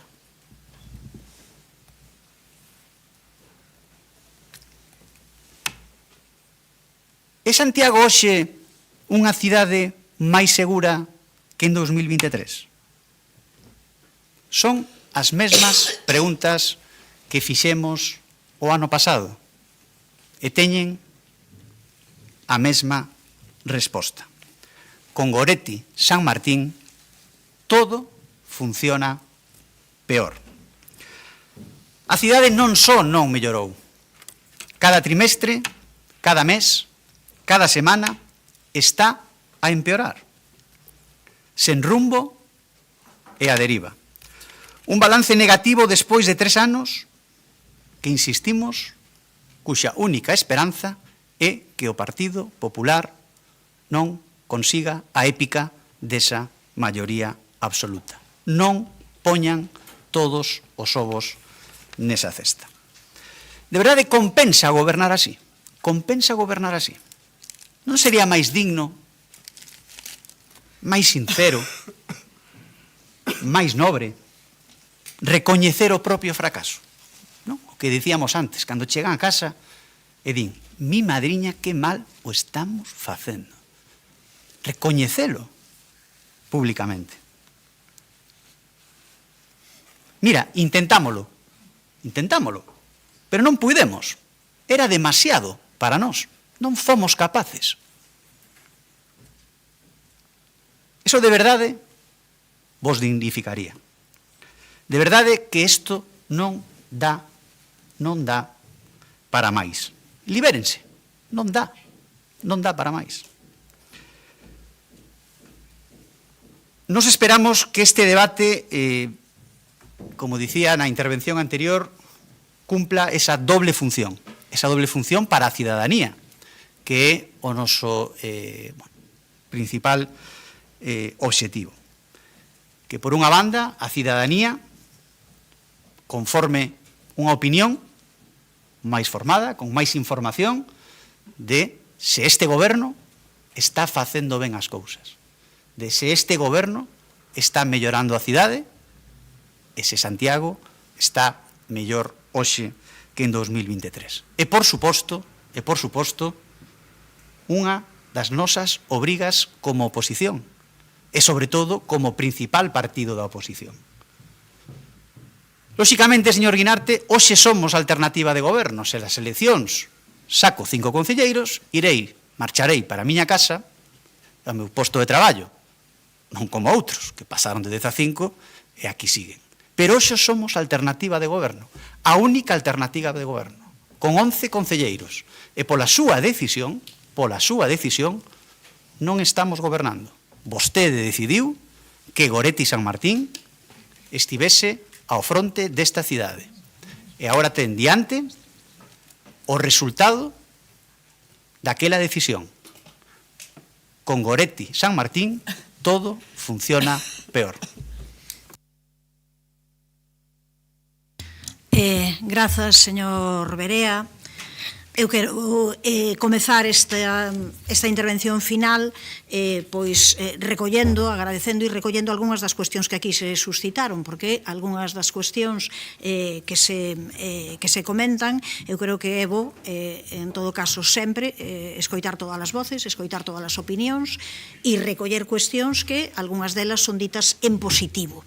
Realmente hai outras que entendo que só veñen nesa dinámica de estar xa en campaña electoral, que non ten absolutamente ningún xeito, porque non estamos en campaña electoral, falta moitísimo para a campaña electoral, e todas aquelas regras, todas aquelas cuestións que teñen que ver coa campaña electoral, por favor, eu pediría, porque senón isto sí que é, eu creo que a poboación que o entende perfectamente. Unha cuestión son 15 días de campaña electoral e unha pre-campaña que poida ser de un mes, e outra cuestión é que un ano e varios meses antes esteamos falando como se estamos na campaña electoral. Eu creo que iso é malo para a poboación. Creo que deberíamos de todo o mundo decir, estar de acordo en que iso é malo, porque se simplemente nos poñemos nesa posición, eu creo que é un problema importante. Por outro lado, é certo que aquí hai dúas maneiras de ver as cousas. Claro, acaba de dicilo moi ben o señor Berea. Hai que atender o urxente e o inmediato. Por suposto que nós seguimos dicindo que hai que recoñecer o urxente e o inmediato, por suposto que sí, pero hai que ter tamén esas luces longas, hai que ter tamén esa perspectiva a medio e longo prazo, porque senón non redefinimos nin redeseñamos a cidade, absolutamente para nada. E é certo que en todos os mandatos, absolutamente de sempre, houve cuestións que pasaron dos mandatos a outros, que comezaron uns e que remataron noutros. Se non fose así, e só podes facer aquelas cuestións que tes os 4 anos para facelos, sería terrible. Sería terrible, non para Santiago de Compostela, para o conxunto da poboación. Lóxicamente, cada goberno que chega pode decidir ao mellor renunciar a un ou a 2 proxectos do goberno anterior, pero se decide renunciar a todos, claro, iso sería terrible. Primeiro, porque hai fondos que se conseguen que lóxicamente hai que seguir con eles adiantes, porque hai cuestións que se conceden que son boas e teñen que traspasar o que significa cada unha das organizacións políticas, cada un dos membros da corporación que o representan, e terceiro, porque para redeseñar unha cidade, para facer unha planificación de todo en Sanche, a ver se alguén pensa que o pode facer nun ano nin en 4 de mandato. Claro, así sí que son vender fume. Eso sí que é. A min recórdame a cando, no seu momento, pois tamén o ex-alcalde, o señor Bugallo, dixo que en 3 meses iba a solucionar o de Peleteiro. E claro, non pasaron 3 meses, pasou todo o mandato e non o solucionaron. Entón, claro, non se pode, eu creo que poñer esas luces tan curtas, ao final acabanos traendo problemas a todo o mundo. Entón, eu solicitaría que se tivesen luces longas e que haxa esas cuestións que están, polo menos, relacionadas con saber un pouco, pois cales son eses temas que debían de quedar á marxe, da disputa partidaria, porque deberíamos de todo o mundo estar de acordo neles. E sabendo que, por suposto, que eu creo que é de agradecer, e creo que sempre de agradecín aquí, o apoio daqueles grupos, daquelas persoas que contribuíron ou contribúen a determinadas decisións. Agora, hai outras, claro, que cando se di o urxente e o inmediato e as cousas que levan moito tempo, é que acaso a licitación do aparcadoiro do Chus non leva moito tempo? Claro, cando aquí algunha xente se dirixe a nós para decirnos que pasa con isto, resulta que quen licita é a Xunta de Galiza e acaba de finalmente licitar a redacción do proxecto. É dicir, que vai pasar moito tempo ante que esa infraestructura estea feita. eso significa que teñamos que estar todos os días criticando iso, non. Todos os días vendo que é algo positivo, pero que vai tardar, que vai ter o seu tempo. Creo que xa hai outras cousas que se nomearon aquí, ás veces unha non sabe se son realmente unha provocación ou que, porque vir falar aquí de que as facturas están bloqueadas cando quen as bloqueou foi o Partido Popular, bloqueou aquí, eso sí que é histórico, xa que alguén falaba de historia, bloquear aquí cuestións que teñen que ver co pagamento de facturas por servizos prestados, a verdade que é unha cuestión bastante triste. Por outro lado, algunhas das cuestións que se nomearon non quero deixar de facer referencia a elas. Por un lado, o tema dos centros socioculturais. Eu creo que xa o dixen, pero volvereino a reiterar para quen di que non me mollo. Díxeno unha vez, dúas, tres, bastantes veces nestes días. A demora da licitación foi debida xustamente ao intento de lle dar a máxima cobertura aos dereitos do persoal. E tamén, non nos coitei por parte de ninguén aquí da oposición, tamén eu creo que hai que decir todo o mundo ben alto e ben claro que Eulen non ten xustificación para retirarse do contrato. Claro, sobre iso parece unha grave irresponsabilidade e sobre iso aquí ninguén falan. Polo menos poderíamos convir en que extraña esa renuncia, non? Faltoume escoitar algo sobre ese tema. Na crítica, parece que toda a crítica, por suposto que sentimos, unha decisión dolorosa, sentímolo pola veciñanza no seu conxunto, sentímolo por traballadores e traballadoras, e tamén nese anuncio de que actuaremos con todas as medidas legais contra a empresa e traballaremos para salvagardar os intereses municipais, o de traballadores e traballadoras e o da veciñanza. Sobre os fondos europeos e algúns proxectos que veñen de atrás. Algúns proxectos que veñen de atrás, ás veces son proxectos, ás veces son anteproxectos, ás veces son memorias e ás veces son ideas, simplemente. Entón, claro, depende de cales falen. Hai algúns en que pode haber un proxecto e podes cumprir, pero hai outros que é a idea, e agora a idea que deixaches aí, aínda que xa anunciaras, ao mellor unha vez, dúas, tres e catro, pero era unha idea. A idea anunciada de que o Consorcio de Santiago iba a ter millóns de euros, pois foi unha idea. Aí está. Logo, como se concreta, pois sabémolo bastante ben todas as persoas que estamos aquí. Entón, algunhas das cuestións de proxectos que viñan de atrás non estaban desenvolvidas. Entón, hai proxectos, claro, que se corresponden con cuestións conseguidas no anterior mandato, sí, pero que estaban xa nunha fase en que non daba tempo de reconducilo, nuns prazos que son sempre axustados. No, e tamén lles vou dicir outra cousa, xa que botas máis a cabeza, señor Guinarte, e é que iso acontece en diferentes gobernos, en gobernos de todas as cores políticas e en todas as administracións. Perdeu a Xunta de Galicia fondos europeos, perderon concellos do Partido Socialista fondos europeos, perderon, sí, xa sei, pero hai que ver por que os prazos son tan axustados, porque ás veces resulta que as convocatorias fanse con prazos tan axustados para resolver que actuacións ambiciosas, pois ás veces quedan fora. Pasou con outros e pasou noutros espazos, pero insisto, pasa porque ningún goberno quere renunciar, lóxicamente, a facer eses proxectos ambiciosos, pero supoñen un sobreesforzo para as administracións en prazos moitas veces moi axustadas. E entón, nalgúns momentos, ás veces, é mellor renunciar a un proxecto que saber que non. E noutros casos, nós o que fixemos foi darlle prioridade e vanse facer con fondos ao final municipais, esa parte final que queda, que, por exemplo, no que decimos de entre Sare e Sarela, no caso da Pontepedriña, pois nós creemos que o desconto de fondos vai ser moi pouco, porque o principal obxectivo cumpriuse, contar coa estrategia de infraestructura verde, e só se renunciou a unha das 5 obras, a Lagoa do Auditorio, non o resto. E, ademais, intentámolo até o máximo, porque quedou deserta na primeira ocasión. Licitámolo unha segunda vez. Entón, claro, e todo sábeno perfectamente, porque acaban de estar no goberno, saben perfectamente que isto é complexo.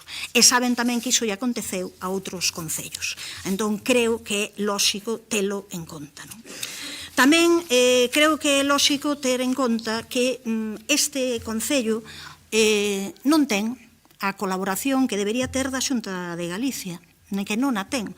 Non? Por exemplo, porque, xa o nomei aquí, pero vou non volver a dicir, negou a declaración da zona de mercado residencial tensionado, a pesar de recoñecer que Compostela cumpría os requisitos e que se acreditaba con claridade, a pesar diso.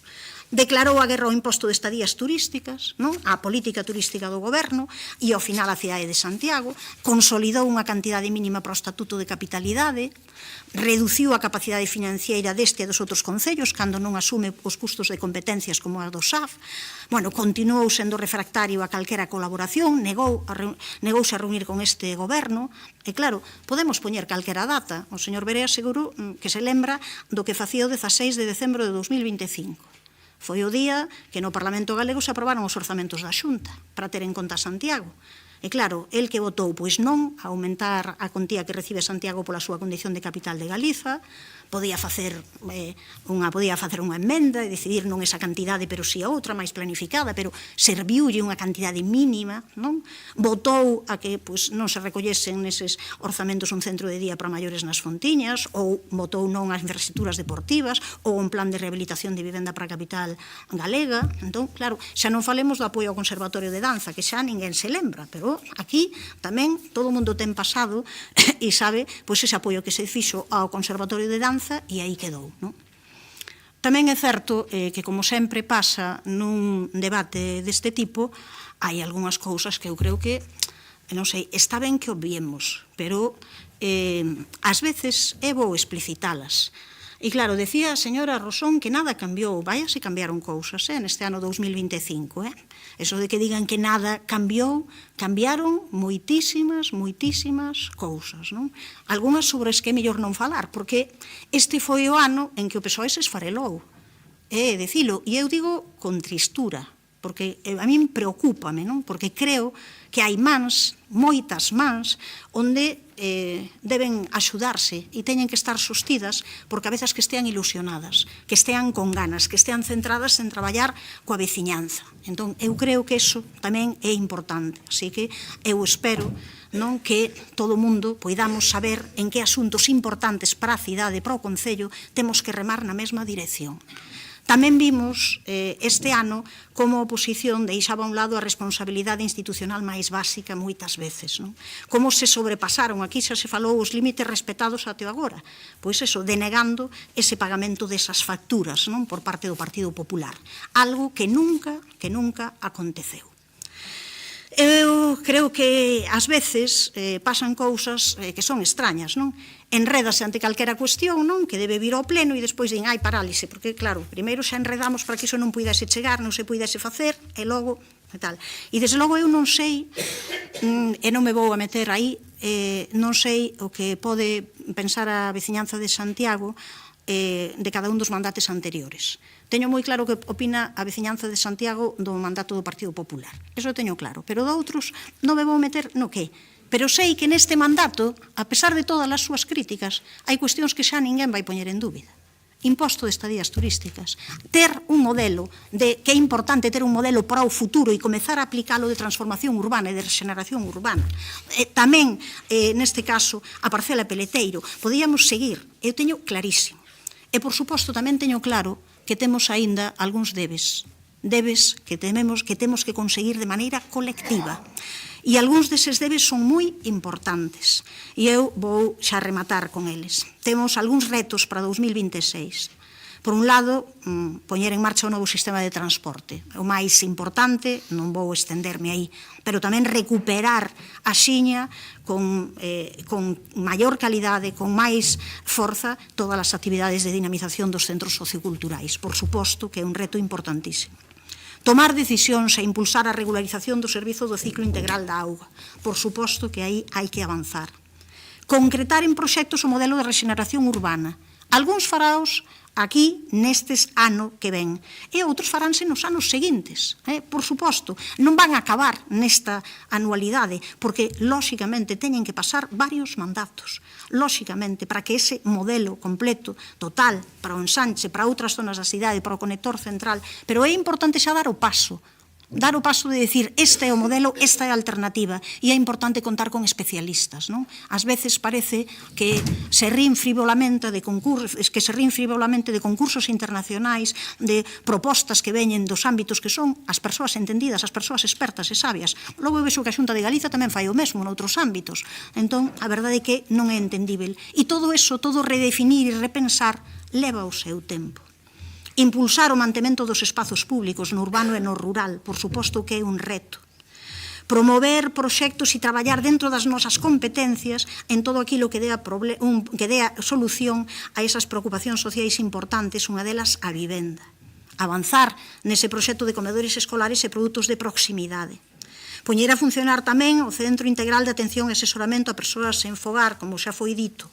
Incorporar a valoración dos postos de traballo a nova RPT e continuar no proceso de modernización administrativa, que cando menos até o de agora foi parcial, como xa dixe. E asinar ese acordo para o Parque Comarcal de Bombeiros. Esperamos, desde logo, poder facelo neste 2026. Niso estamos traballando de maneira intensa. E avanzar no proceso de normalización do galego, xa que sobre iso non falamos case nada. Supoño que viron, non, pois eses datos que saíron, aínda que de momento sexa un resume da análise sociolingüística que realizou a RAC, a Real Academia Galega, e onde, pois, a pesar de que temos pois uns datos moi positivos no conxunto da poboación, a xente máis nova, pois cada vez o utiliza menos. Así que sería un primeiro paso moi benvido, a que tamén convido, neste caso, a que concelleiros e concelleras da Corporación Municipal, cando representan esta institución, usen o noso idioma. E que tamén toda a corporación practique neste caso ese voo de altura, dialogando na nosa lingua para un obxectivo que debería ser común, a veciñanza por enriba de todo. Así que, reafirmándome e retomándome no que dixen inicialmente, hai dous xeitos de encarar a realidade e eu mantéñome neles. Un é voar a ras do chan e tropezar de seguido cos atrancos no camiño e ver únicamente o urxente e o inmediato, que é moi importante, pero hai outro que é voar alto e é compaxinar esa necesidade de atender o urxente e o inmediato con erguer a vista e avanzar mirando moito máis alá. E nós, témolo claro desde este goberno municipal, que optamos por esta segunda forma, para traballar por transformacións importantes, por cambios profundos que sirvan para resolver de verdade problemas reais. Problemas reais que non comezaron onte, non? Porque podíamos dicir sobre calquera destes. O Parque Comarcal de Bombeiros non empezou onte, a súa busca, non? A busca de dar non comezou onte. Hai cantidade de cuestións que veñen de atrás. Pero eu creo que todos eses problemas reais son importantes, pero teñen que deixarnos ver o panorama global, que sin ninguna dúbida é positivo, é un panorama global onde eu creo que hai moitísimas luces, moita capacidade de mellora e moita capacidade de transformación profunda.